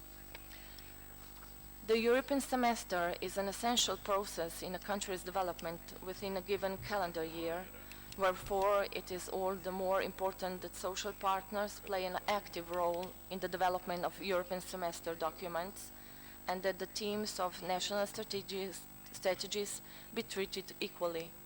Social partners believe that a special mechanism should be considered to allow the European Commission to actually verify the active participation of social partners in the formulating of such documents. International documents are implemented at the national level and should therefore be implemented based on national strategies. Consideration should be given to the member states formulating their own strategies for implementing the principles commonly agreed at the EU level. These principles include social development and social well-being, but should also cover sustainable social development and sustainable social stability or well-being, in which social dialogue is essential. At the end of June, the Ministry of Labour, Family, Social Affairs and Equal Opportunity in Slovenia will, based on proposal from social partners, prepare starting points for a draft social contract for the term of office until 2022, which the members of the negotiating group will try to harmonize to the greatest extent and as soon as possible. A social contract will have to define the fundamental commitments and orientations of employers, unions and the Slovenian government, as this constitutes the basis for reaching a broad social consensus on Slovenia's future development, an essential democratic value that must be nurtured, developed and strengthened. Successfully conducted and respected social dialogue is a prerequisite for a country's successful and sustainable development. The focal point for negotiations will be the Economic and Social Council, which will continue to provide an appropriate framework for discussion. Agenda 2020, Europe 2020 strategy, a political, not binding document, still applies in the EU. In relation to the EU Agenda 2030 for Sustainable Development, an EU Agenda 2030 should be considered that would actively include the 17 goals of the European Pillar of Social Rights. Such an agenda should be more binding than the Agenda 2020, whose goals were mostly political. In any case, the principles of the UN Agenda 2030, potential EU Agenda 2030 and the European Pillar of Social Rights should be required minimum to be clearly determined by the European Commission. Social partners are afraid that the minimum will also be the maximum, since these goals must be the basis for drafting up a document at the national level. If the more active participation of social partners in the drafting of documents for implementing the goals of the EU or the United Nations Agenda 2030 is ensured, it should be considered that the member states report once a year on the implementation of these goals, and that unions and employers' organizations have an opportunity to give their opinions on the implementation of these goals and the status of the social dialogue. We propose that a mechanism be designed which would define minimum standards for social dialogue in a certain member state, while the European Commission would ensure that social dialogue actually takes place in the member state. More sustainable measures will have to be designed in the future to improve the long-term sustainability of development and the quality of life. Development policies must primarily be aimed at accelerating productivity growth to ensure economic progress and a higher standard of living for the population. It is essential to strengthen long-term productivity factors, particularly with investments in research and development, which will facilitate quality research and long-term measures for increasing innovations and accelerating digitalization of the economy and society through faster adaptation of education and training to the requirements of the labor market and technological changes, and through enhanced lifelong learning. Adapting to the demographic changes to ensure a decent life for everybody. The emphasis should be on reforming social protection system to ensure sufficient financing resources, enhancing lifelong learning, promoting healthy lifestyle, adapting working and living environments, and providing appropriate labor force in sufficient numbers. Transitioning to a low-carbon circular economy to reduce the burden on the environment and increase the economy's competitiveness. This requires the current production and consumption methods to be replaced by more sustainable ones, particularly by using natural resources more efficiently, ensuring sustainable mobility, and educating and raising people's awareness about the changes that are essential for ensuring sustainable development. Strengthening the role of the state and its institutions by improving the strategic management of public institutions, improving the legislative and business environments, and restructuring general government revenue and expenditure so that development challenges are taken into account. The Slovenian Economic and Social Council supports the EU's ambitions as the leading actor in promoting all three dimensions of sustainable development at the global level: environmental, economic, and social.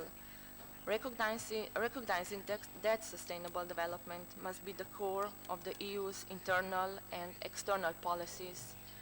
We believe that the EU should retain this role and that achieving the sustainable development goals must continue to be one of its main priorities. President of the European Economic and Social Committee, Mr. Luca Jaillet, recently highlighted the importance of trust and long-term thinking. Today we are thinking too short-term, but not for the future generations. Europe must become a global leader in the field of sustainable development, not by words, but by actions. But if I may just read you a short poem about the decision that touched me. It will be really, really short. Between two words, choose the quiet one. Between word and silence, choose listening. Between two books, choose the dustier one. Between the earth and the sky, choose a bird. Between two animals, choose the one who needs you more. Between two children, choose both. And between the lesser and the bigger evil, choose neither. Between hope and despair, choose hope. It will be harder to bear. Thank you for your attention.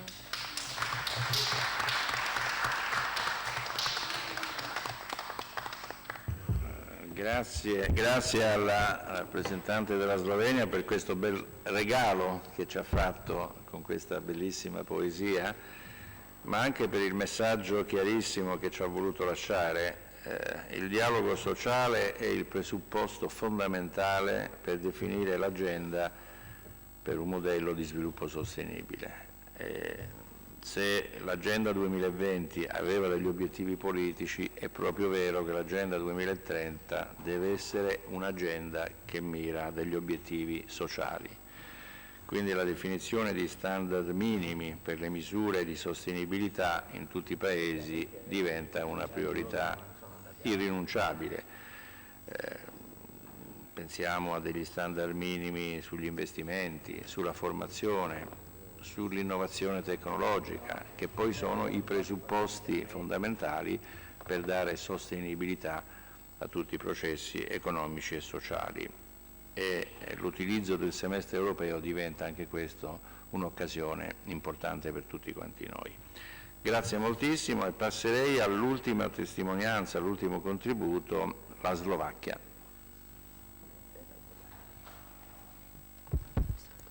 Thank you very much, Mr. Chairman. Mr. President, I will be the same like my colleague from Netherlands. I prepared the presentation, so can I go to front? I promise it will be 5 minutes, not more.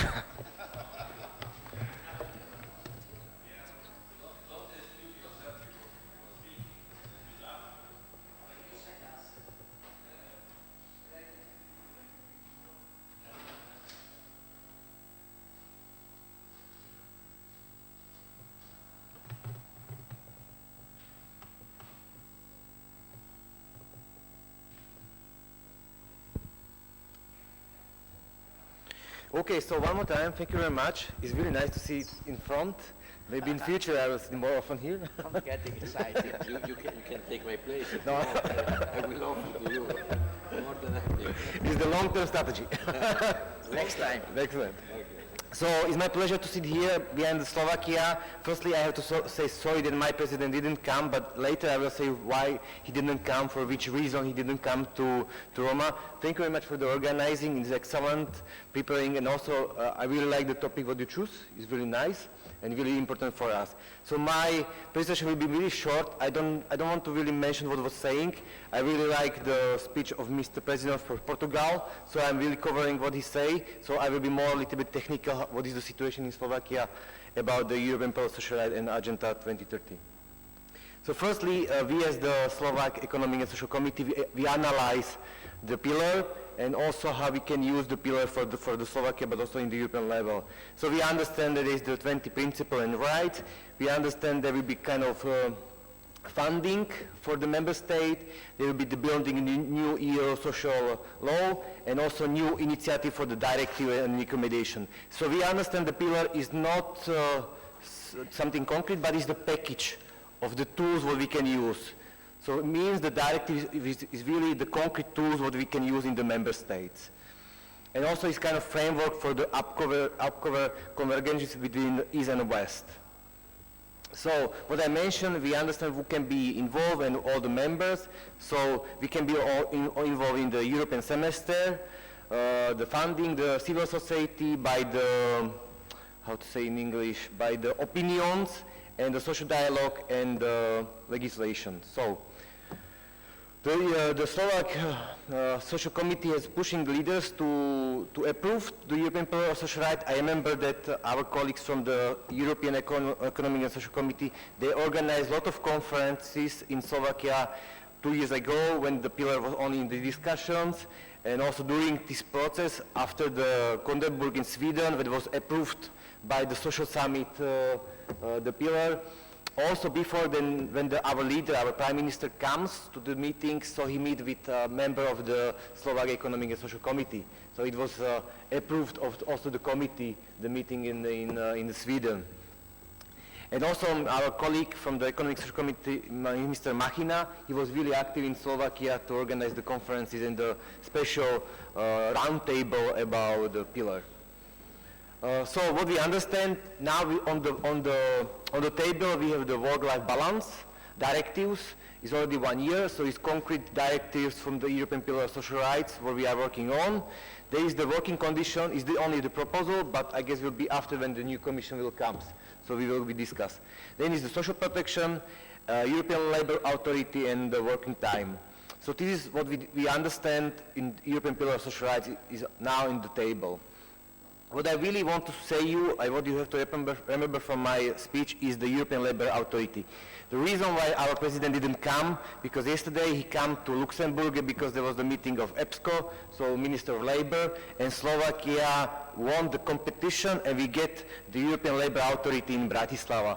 So the people from the Brussels will move to Bratislava end of the October, and Slovakia will have first European agency, and this was the reason why also my president, our minister, was in the Luxembourg to lobby. Yeah, exactly. So just to mention an issue as such. yeah, exactly. So I'm quite happy that we'll be in Bratislava. So and the ELA, the European Labour Authority, is one of the concrete outcomes from the European Pillar of Social Rights, what we understand. You can find more information where we'll be in Bratislava, what is the role of the European Labour Authority, how many people work there. I know there's big discussion about some of the body inside of the ELA supposed to be tripartite, so supposed to be in the social dialogue.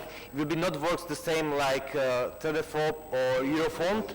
Will be in different structure, but there will be still representation of the trade unions, employer, and the third sectors in the ELA as well.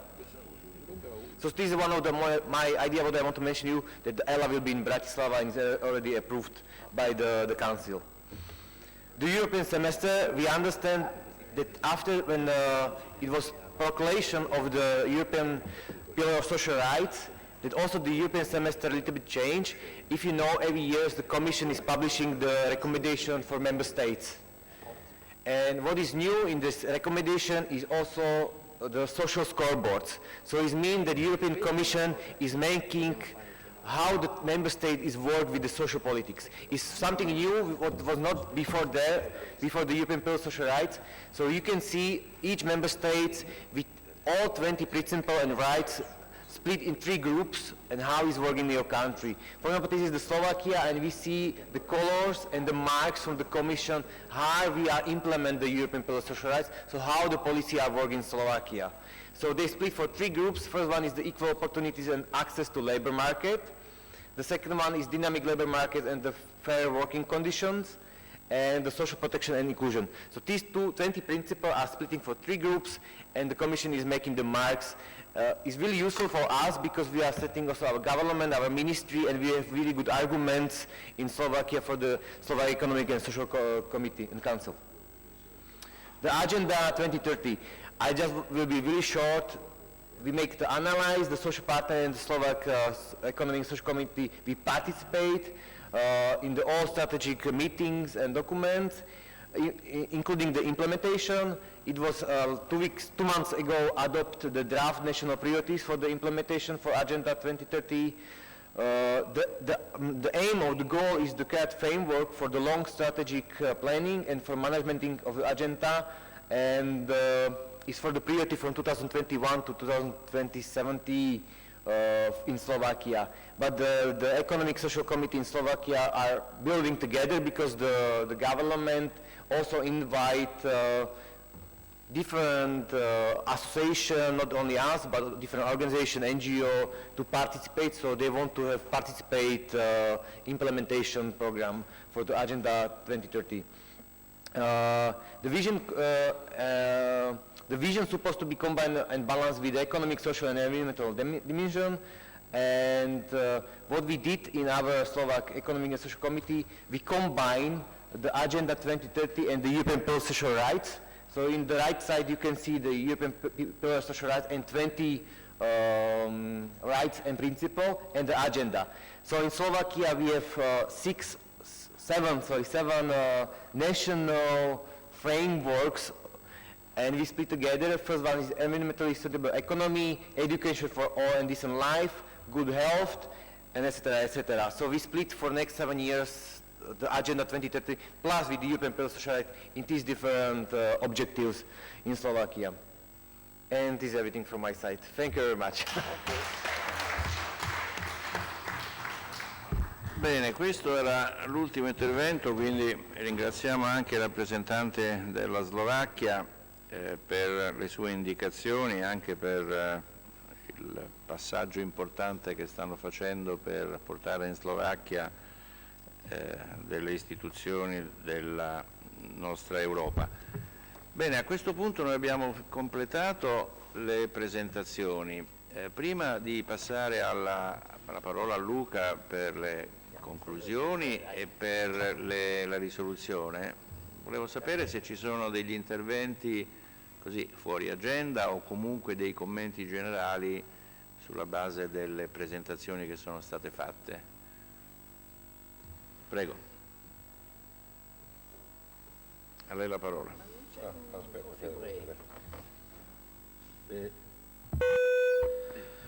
Buenos días. Se ci sono interventi, allora io proporrei, raccogliendo l'invito del Presidente del CNEL, di fare adesso la pausa caffè e poi fare 2 o 3 interventi e le conclusioni. Se no ritrarramo i 10 minuti e facciamo le conclusioni, questo era perché altrimenti la pausa caffè salta. Quindi proporrei allora che facciamo... Vediamo quanti sono, guardiamo quanti sono gli interventi. Quanti sono gli interventi? Chi vuole intervenire? Cioè 1, 2...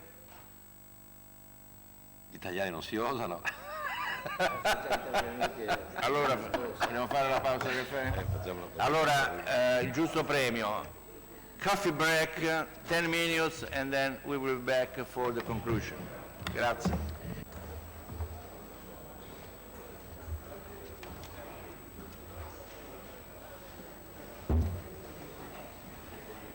Cose pratiche, siccome vedo che l'avventura non c'è, dovremmo fare secondo me questa chiacchiera col personale, facciamola prima, vediamo se finiamo, facciamola prima, non si può fare a pranzo perché c'è una confusione.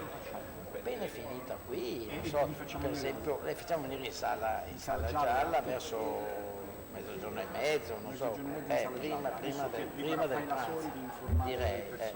Presidente, solo un promemoria. Alla fine della riunione, se vuole sottolineare il fatto che il Rory O'Donnell che va in pensione il 10 di luglio, e lui è nel network europeo dal 1987, la sua prima riunione a Parigi, e questa di Roma è la sua ultima di attività nella rete web. Quindi magari ci sarà un applauso da parte di tutti.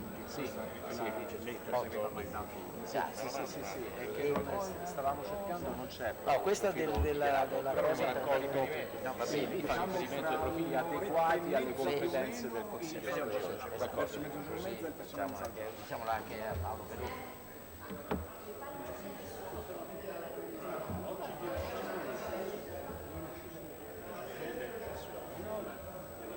Ci abbiamo provato. A me spiace, capito? Però dopo... Adesso facciamo fare l'ultima verifica alle venture e vediamo come stiamo messi. Certo, se non c'è... No, ho capito che voi ci siete, però ci bisognerebbe che ci fosse un numero decente. Sì. Io le ho detto. Vabbè, vediamo. Vi so dire su... Chi? Qualche volta non vuoi venire. Ma è molto casinato. Sì. Vabbè, adesso ti penso. Se non ci sono i presupposti. No, cerchiamo di capire.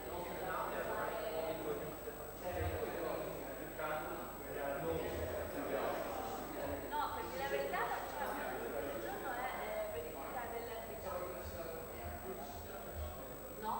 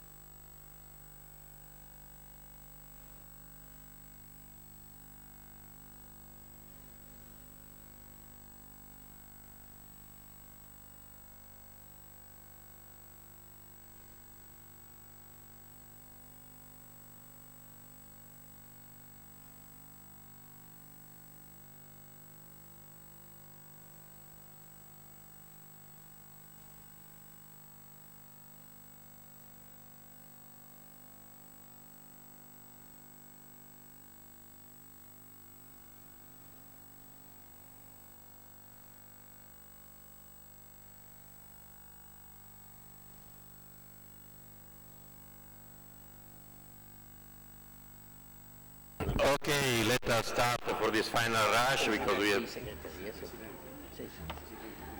Alla Presidenza, non lo so qual è, chiedi. Let us start because we have to close also for the other engagement that Ada, myself and the President Treu have at noon after there is still the lunch. Due interventi. Moreno from the Basque. Basque, hey, you have to become the new Basque. Oh, you do not want to be Basque? Please. Grazie mille. Buenos días. Mi nombre es José Antonio Moreno. Soy representante de los trabajadores españoles, en concreto del sindicato Comisiones Obreras, en el Comité Económico y Social en Bruselas. Lo primero de todo quiero agradecer a nuestros anfitriones del Consejo Nacional de la Economía y el Empleo la organización de estas jornadas. Siempre es buen momento para volver a Roma, siempre es un placer visitar la ciudad eterna y compartir con todos ustedes algunas reflexiones.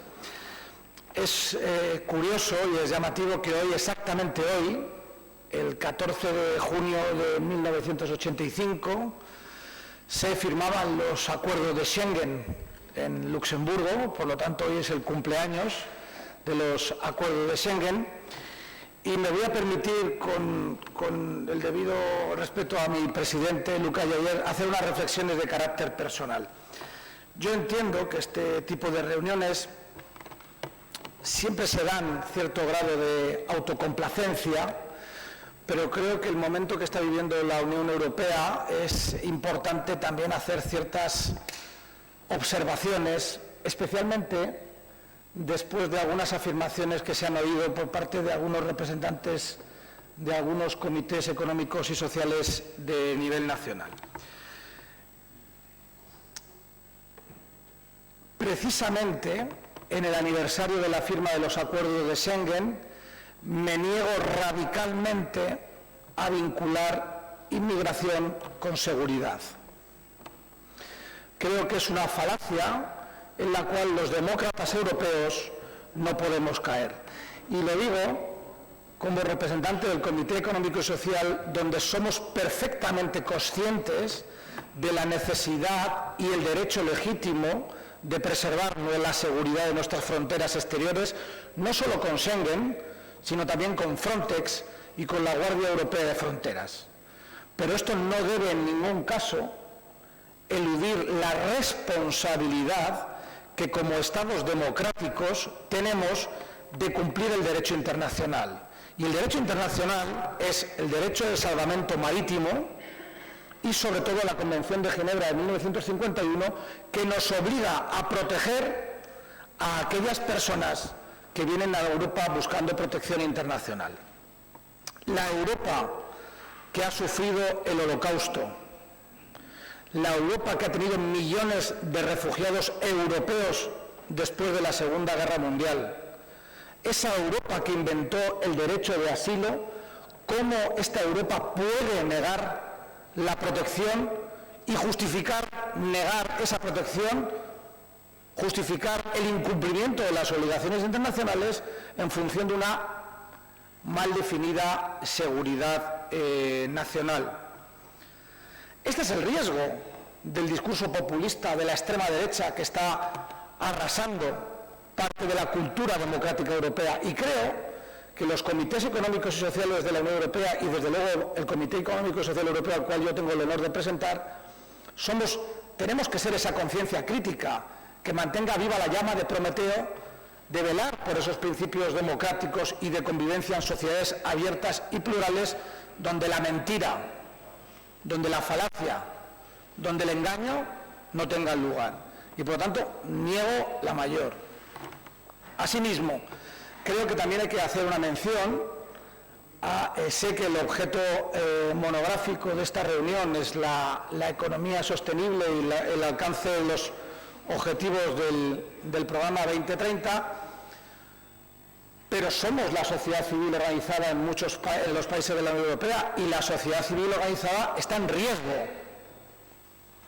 Un escenario impensable en Europa, donde actualmente la Comisión y el Parlamento están actuando políticamente contra dos países porque se vulneran los derechos humanos y porque se ataca al rule of law, el Estado de Derecho, creo que hay que hacer una llamada de atención sobre la necesidad de proteger lo que nosotros representamos aquí, que es la sociedad civil, plural, diversa, abierta y democrática. Y en algunos países de la Unión Europea eso no se está produciendo. Y tenemos que poner una nota a pie de página de que tenemos la obligación de ser conscientes de que también está en riesgo la propia articulación de la sociedad civil democrática, plural y diversa en los países de la Unión Europea. Muchas gracias. Buenos días. Grazie. There was a second intervention asked here from... Oui. Je voudrais vous remercier en tout cas pour les 2 journées passées avec vous. Je voulais encore revenir sur les conclusions. Donc la solution qu'on a trouvée hier soir sur la table nous convient très bien, et donc on est tout à fait d'accord maintenant sur la manière que le texte est rédigé. Mais je me posais encore la question, c'est juste une remarque, l'avant-dernier bullet point. Donc là, on dit « stress the need for intermediate bodies to be fully engaged as they could, with their valuable know-how and indisputable political weight, to help shape sustainable transitions ». OK? Donc, on plaide pour des nouveaux bodies, intermediate bodies. Peut-être il faut expliquer ce que c'est, parce que plus loin dans la phrase, on lit These intermediate bodies can function as the indisputable bridge between citizens and decision makers, and could become also new councils, as our councils could become new councils for citizens' participation. Je ne sais pas si c'est une bonne chose de plaider pour la création de nouveaux conseils, à côté de nos conseils, nouveaux conseils.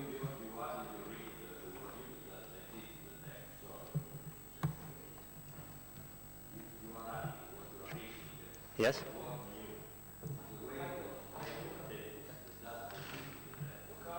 OK. Sorry. Yeah. Vous êtes en train d'ajouter dans le texte nouveau conseil, que ça n'existe pas dans le texte. Become council, not become new council. Yes. I read it that way, so perhaps it's a bit confusing. If it can, I don't know. Ali, the beginning of the sentence is stress the need for intermediate bodies. I read new, yes, sorry.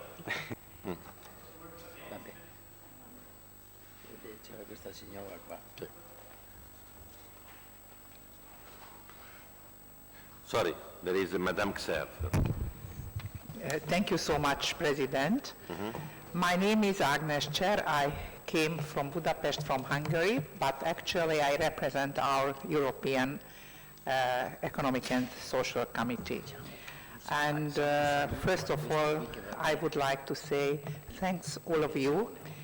I am waiting for your president, Tiziano Treu, because I could meet him in 2017 in Rome as well, and it was great.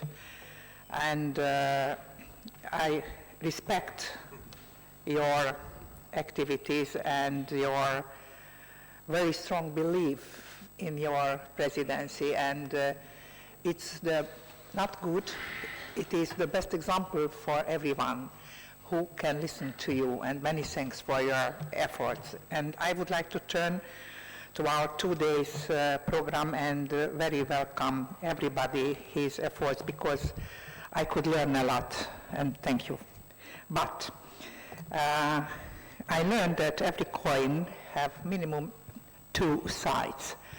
So it was mentioned that we need a very strong migration policy. But if I tell you, my suggestion is that we should know the reasons of the migration. We have different migration, and if we want to listen to the SD 17th program, we cannot avoid to find the reason of migration. And yesterday, Professor Giovanni made a fantastic proposal for the new structure of Commission.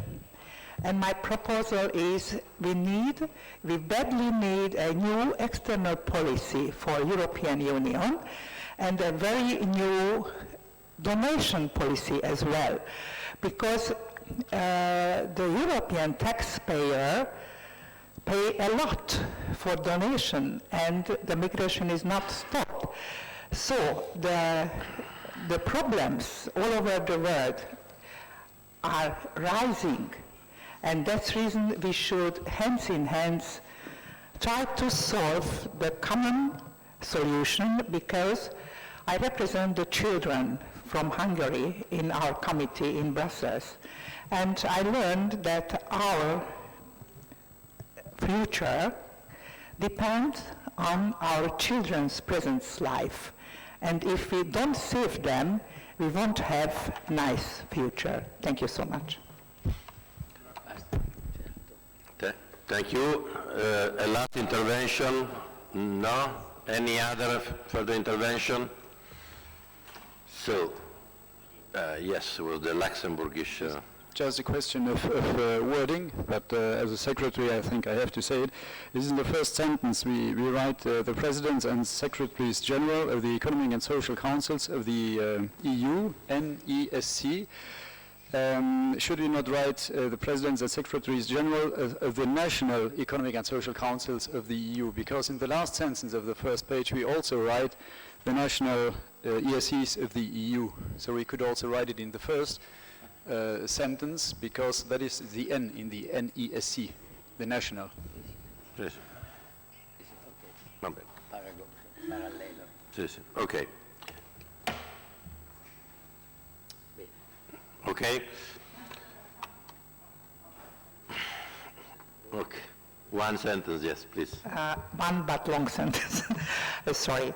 One of my colleagues tried to put some footnotes, and I stopped it. We don't need any footnotes for the declaration. Thank you so much. We are not an investigation authority. Thank you. Okay. Okay. Va bene.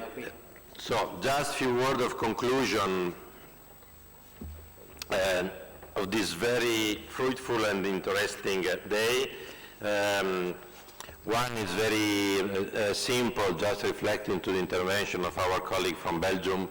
Perhaps it could be much more clear if we change just 2 words in the first line of the bullet point that you instead of say, stress the need for intermediate bodies that could be interpreted. It was not stress the need for our councils, although intermediate body because some are council, other are committee, other are, but we can say council, and so more clear that we are not speaking about building up other body, because this is not the intention. It was the intention exactly to stress the role and to take the example of the French council that facing this developing of direct citizens dialogue has told we engage directly to keep this and to avoid exactly the risk that there will be a multiplication of council at the very end, no one have no role, because this is the real risk. So saying that we do not have the monopoly, but for our expertise and our competence as council of intermediate bodies, we can do also the other work of direct consultation. So we can put this at the service of a large. So if we change this, perhaps could be much more clear. I want to say 3 things in concluding our very rich and impressive work we have done in these days. The first is a very big thank you to many of you, and first of all to Tiziano Treu and all the team of the CNEL, not only for the work you have done in supporting the work of our team and DSC, but also for the fantastic and friendly brothership climate that we bred in this in these 2 days and also yesterday evening, and thank you for having opening for the very first time the terrace, the fantastic terrace of this historical building. I think that behind what we represent and the strong institutional role that we have and the many tasks that we have to do and all the fantastic CV that many of us have, also cultivating this friendly brotherhood, fraternity between us is also a way to demonstrate these European values and fundamental values that Jose Antonio was just remembering to us. We have not only to preach but also to practice, and this is most important. Second, I think that the choice we did 1 year ago in a night telephone call between me and Tiziano, choosing to do in this moment this event, and also taking the risk of transforming a little bit the usual format of our gathering. There was to stay together, a close meeting, we exchange, but having much more on this opening. In this moment, this subject has been quite crucial and also absolutely important. It is an important achievement. It will be not the last, and the work is just the beginning. I want to say that as I had the opportunity, but just for a question of confidentiality, I will not distribute, but I had the opportunity to have a look to the version yesterday evening of the ongoing negotiation of the Sherpa about the draft strategic resolution. I had to see that unfortunately there is still a very strong point, will be the first one, about security, terrorism, border, migration, and so on. So this would remain very strongly. And so perhaps the work to be done on this issue, not to undermine the role of protecting the borders and of security, but to say that security is not only border, but is also the security for citizens, and is also social security and security for enterprise, security for families, not only to protect someone from others. It's also to protect our way of life that is a little more larger, but still an enormous work have to be done. But as we see, some more referral and some more point concerning sustainability perspective and social pillar seems to be included, but they were not in the first version. They are not still at the level that we are claiming.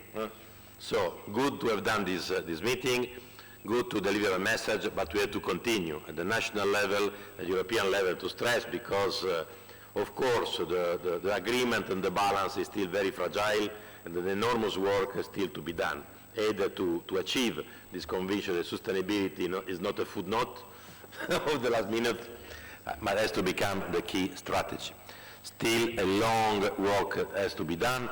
Some step forward at this moment we can see in this draft negotiation document, but there are still 10 days before the adoption, so there could be improvement, but also deleting and also other improvement in other directions. So let us see, the fight is there, and our role is of foremost importance.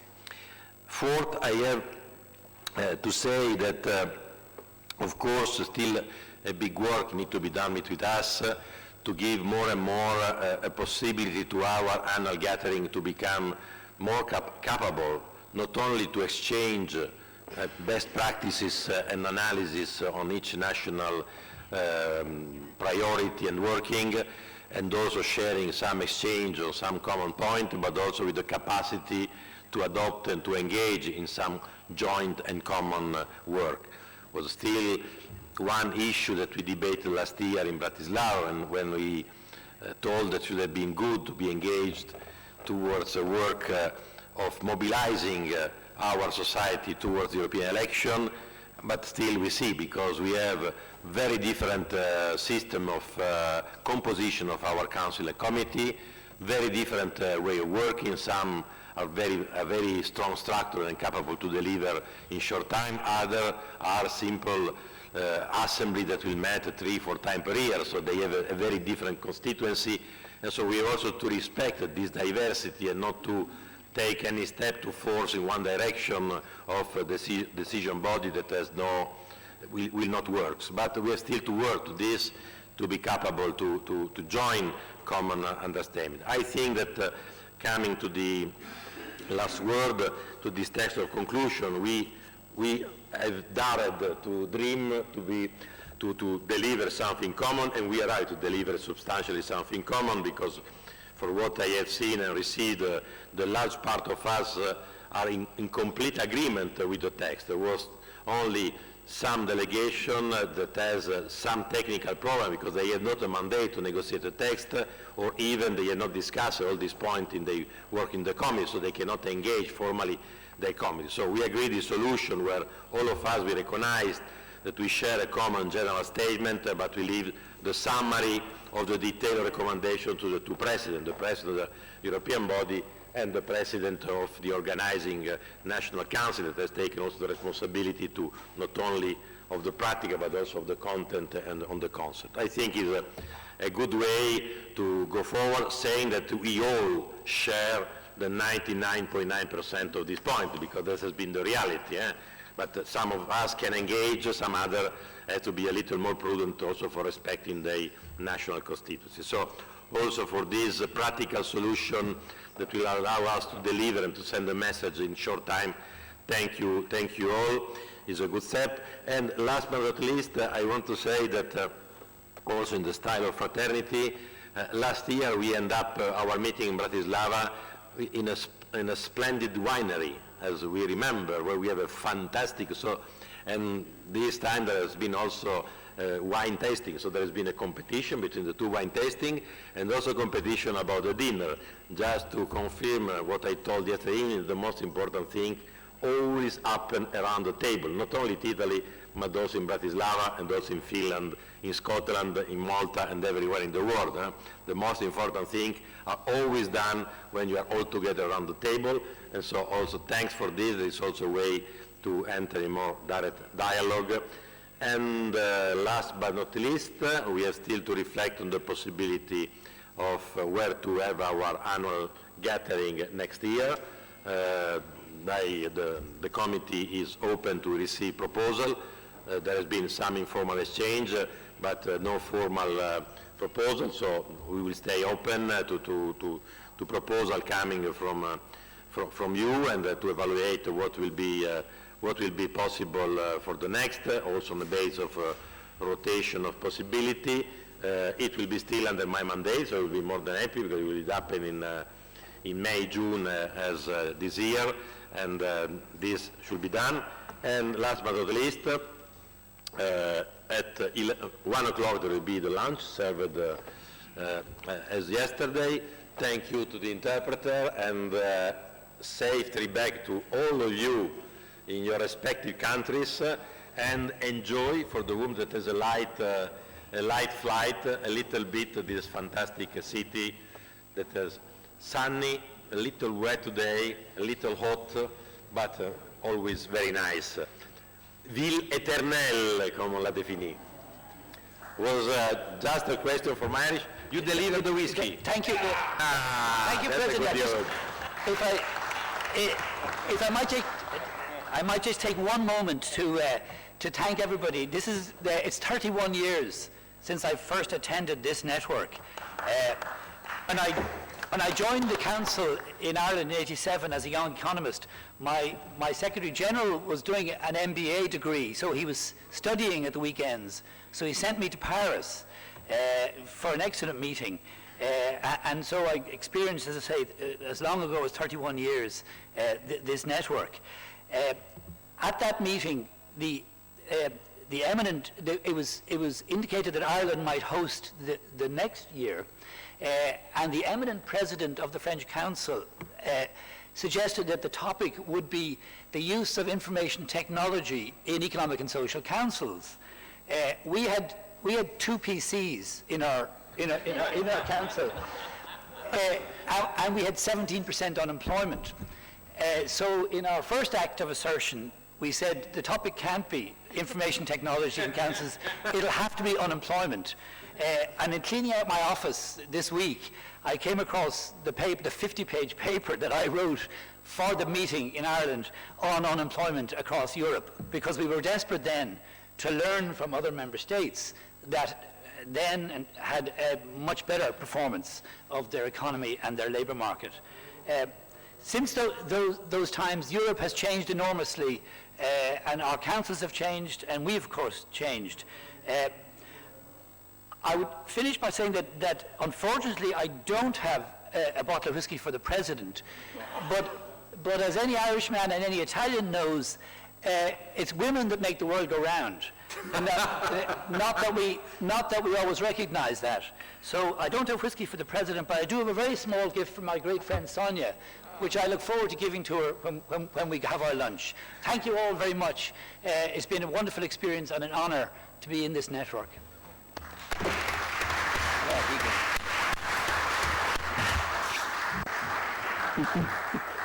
Allora, grazie. Rory O'Donnell sarà perdonato di non avere il whisky con sé, però, dato che ci ha ricordato la sua lunga attività, è dal 1987, mi dicono, che il nostro collega è attivo, e questa è l'ultima seduta, se ho capito bene, in cui sarà presente nella nostra rete.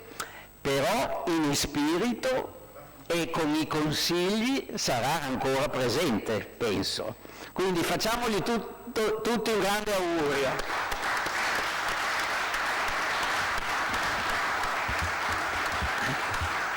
E poi io sono un esperto di pensioni e so che quando si finisce ufficialmente il lavoro si continua a lavorare ancora di più, e quindi va benissimo. Fatemi dire due parole di conclusione. Allora, anzitutto io credo che da qui, ieri e oggi, è venuto un messaggio forte di andare avanti. Qui nessuno ha detto che si deve stare fermi e tantomeno che si deve andare indietro. Andare avanti ne è piuttosto difficile perché il territorio è montuoso. Io però penso che questo messaggio lo dobbiamo raccogliere. Se avete notato, ieri il messaggio è venuto non solo da voi, ma anche da un'autorità come il Ministro degli Esteri italiano, che ha fatto un discorso molto coraggioso, e anche dal professor Giovannini, che è, come sapete, un'autorità internazionale in queste materie. Quindi mi fa piacere che il messaggio forte venga da voi e venga dall'Italia, che ha organizzato questo consiglio, questo incontro. Adesso si apre una nuova fase, spero che sia veramente nuova. Quindi noi abbiamo una continuità davanti di lavoro, non è finita qua. Come avete visto in alcune relazioni, ma l'ho detto anch'io, se vogliamo che gli obiettivi che abbiamo indicato, che abbiamo scritto, siano sostenuti, occorre seguire la fase di implementazione. Il monitoraggio è parte essenziale della politica, non può essere una cosa solo tecnica, deve essere una cosa che aiuti ad andare avanti. Purtroppo io vedo spesso c'è un po' più di coraggio nelle parole, ma meno coraggio nelle azioni, e se non abbiamo degli strumenti per verificare se andiamo avanti, se andiamo indietro e a che velocità, non facciamo giustizia alle nostre promesse. Quindi io suggerisco molto, l'ho detto anche a Luca, che per quanto riguarda i nostri paesi, noi per esempio ci impegniamo a fare un monitoraggio attento dei progressi che l'Italia fa nei confronti di questi obiettivi. Io mi auguro che tutti i paesi, nella misura, tutti i consigli economici, nella misura del possibile, so che ci sono diversi caratteri, facciano uno stesso sforzo utilizzando indicatori, utilizzando tecniche come lo scoreboard che ho visto dai colleghi slovacchi, ma io credo che questo sia un tipo di lavoro non solo tecnico, ripeto, ma politico che dobbiamo fare da qui in avanti, per rendere concreto nel nostro, per quanto possiamo fare, il nostro lavoro. I testi, le cose che sono uscite di qui, le idee, noi le raccogliamo, credo che le circoliamo, si usa fare così, e poi io personalmente mi impegno a farle conoscere ai nostri governanti, quelli italiani, che ne hanno molto bisogno. Non faccio commenti, ma credo che si può capire perché. Perché anche i nostri governanti devono essere consapevoli di qual è l'opinione di milioni di persone e di organizzazioni che sono rappresentate da questi consigli. Quindi veramente grazie per le idee che ci avete offerto. A proposito di competizione, io sono a favore della competizione nei vini e nelle idee, e per il resto preferisco la cooperazione. Nel cibo anche però. Vini e cibo vanno insieme naturalmente. Allora grazie, e la prossima volta ci vedremo da qualche parte tutti assieme in buona salute, perché la buona salute fa parte della sostenibilità. Grazie.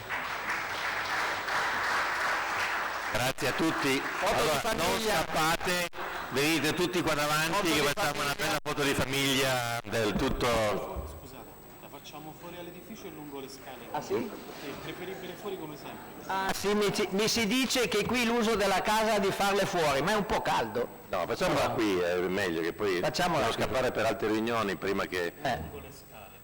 Facciamo una qui o lungo le scale? Va bene, facciamo una qui subito e poi Ok. più all'inizio delle scale. Avanti. Grazie.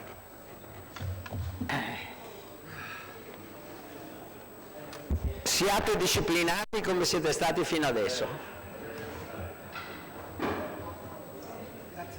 Grazie, Commissione Sovrana. Bueno. Allora. Io non sto su, io sono piccolo quindi sto su. Avanti, avanti. Andate voi su là, giù.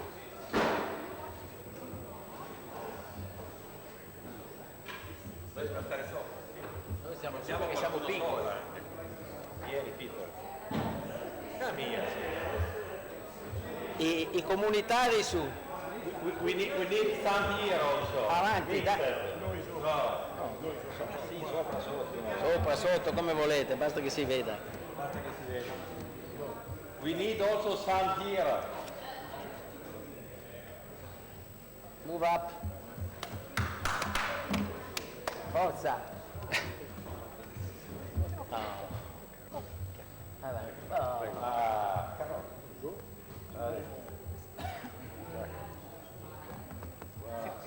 Dov'è il fotografo?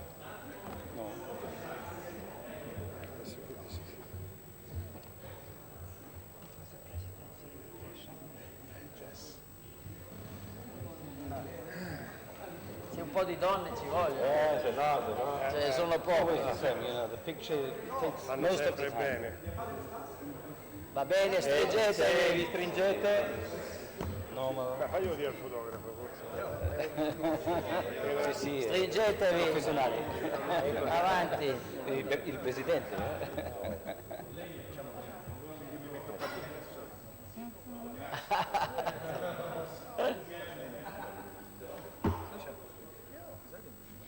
Sorridere, smile, cheese. Ci siamo? Ok. Ok. SDGs. SDGs. No, cheese. No, SDGs. È molto meglio. SDGs. Bene, a parte. Magda. Bene, grazie. Adesso sulle scale? Ok. Proviamo sulle scale. Ok. On the stairs. Outside. Teo. vuole.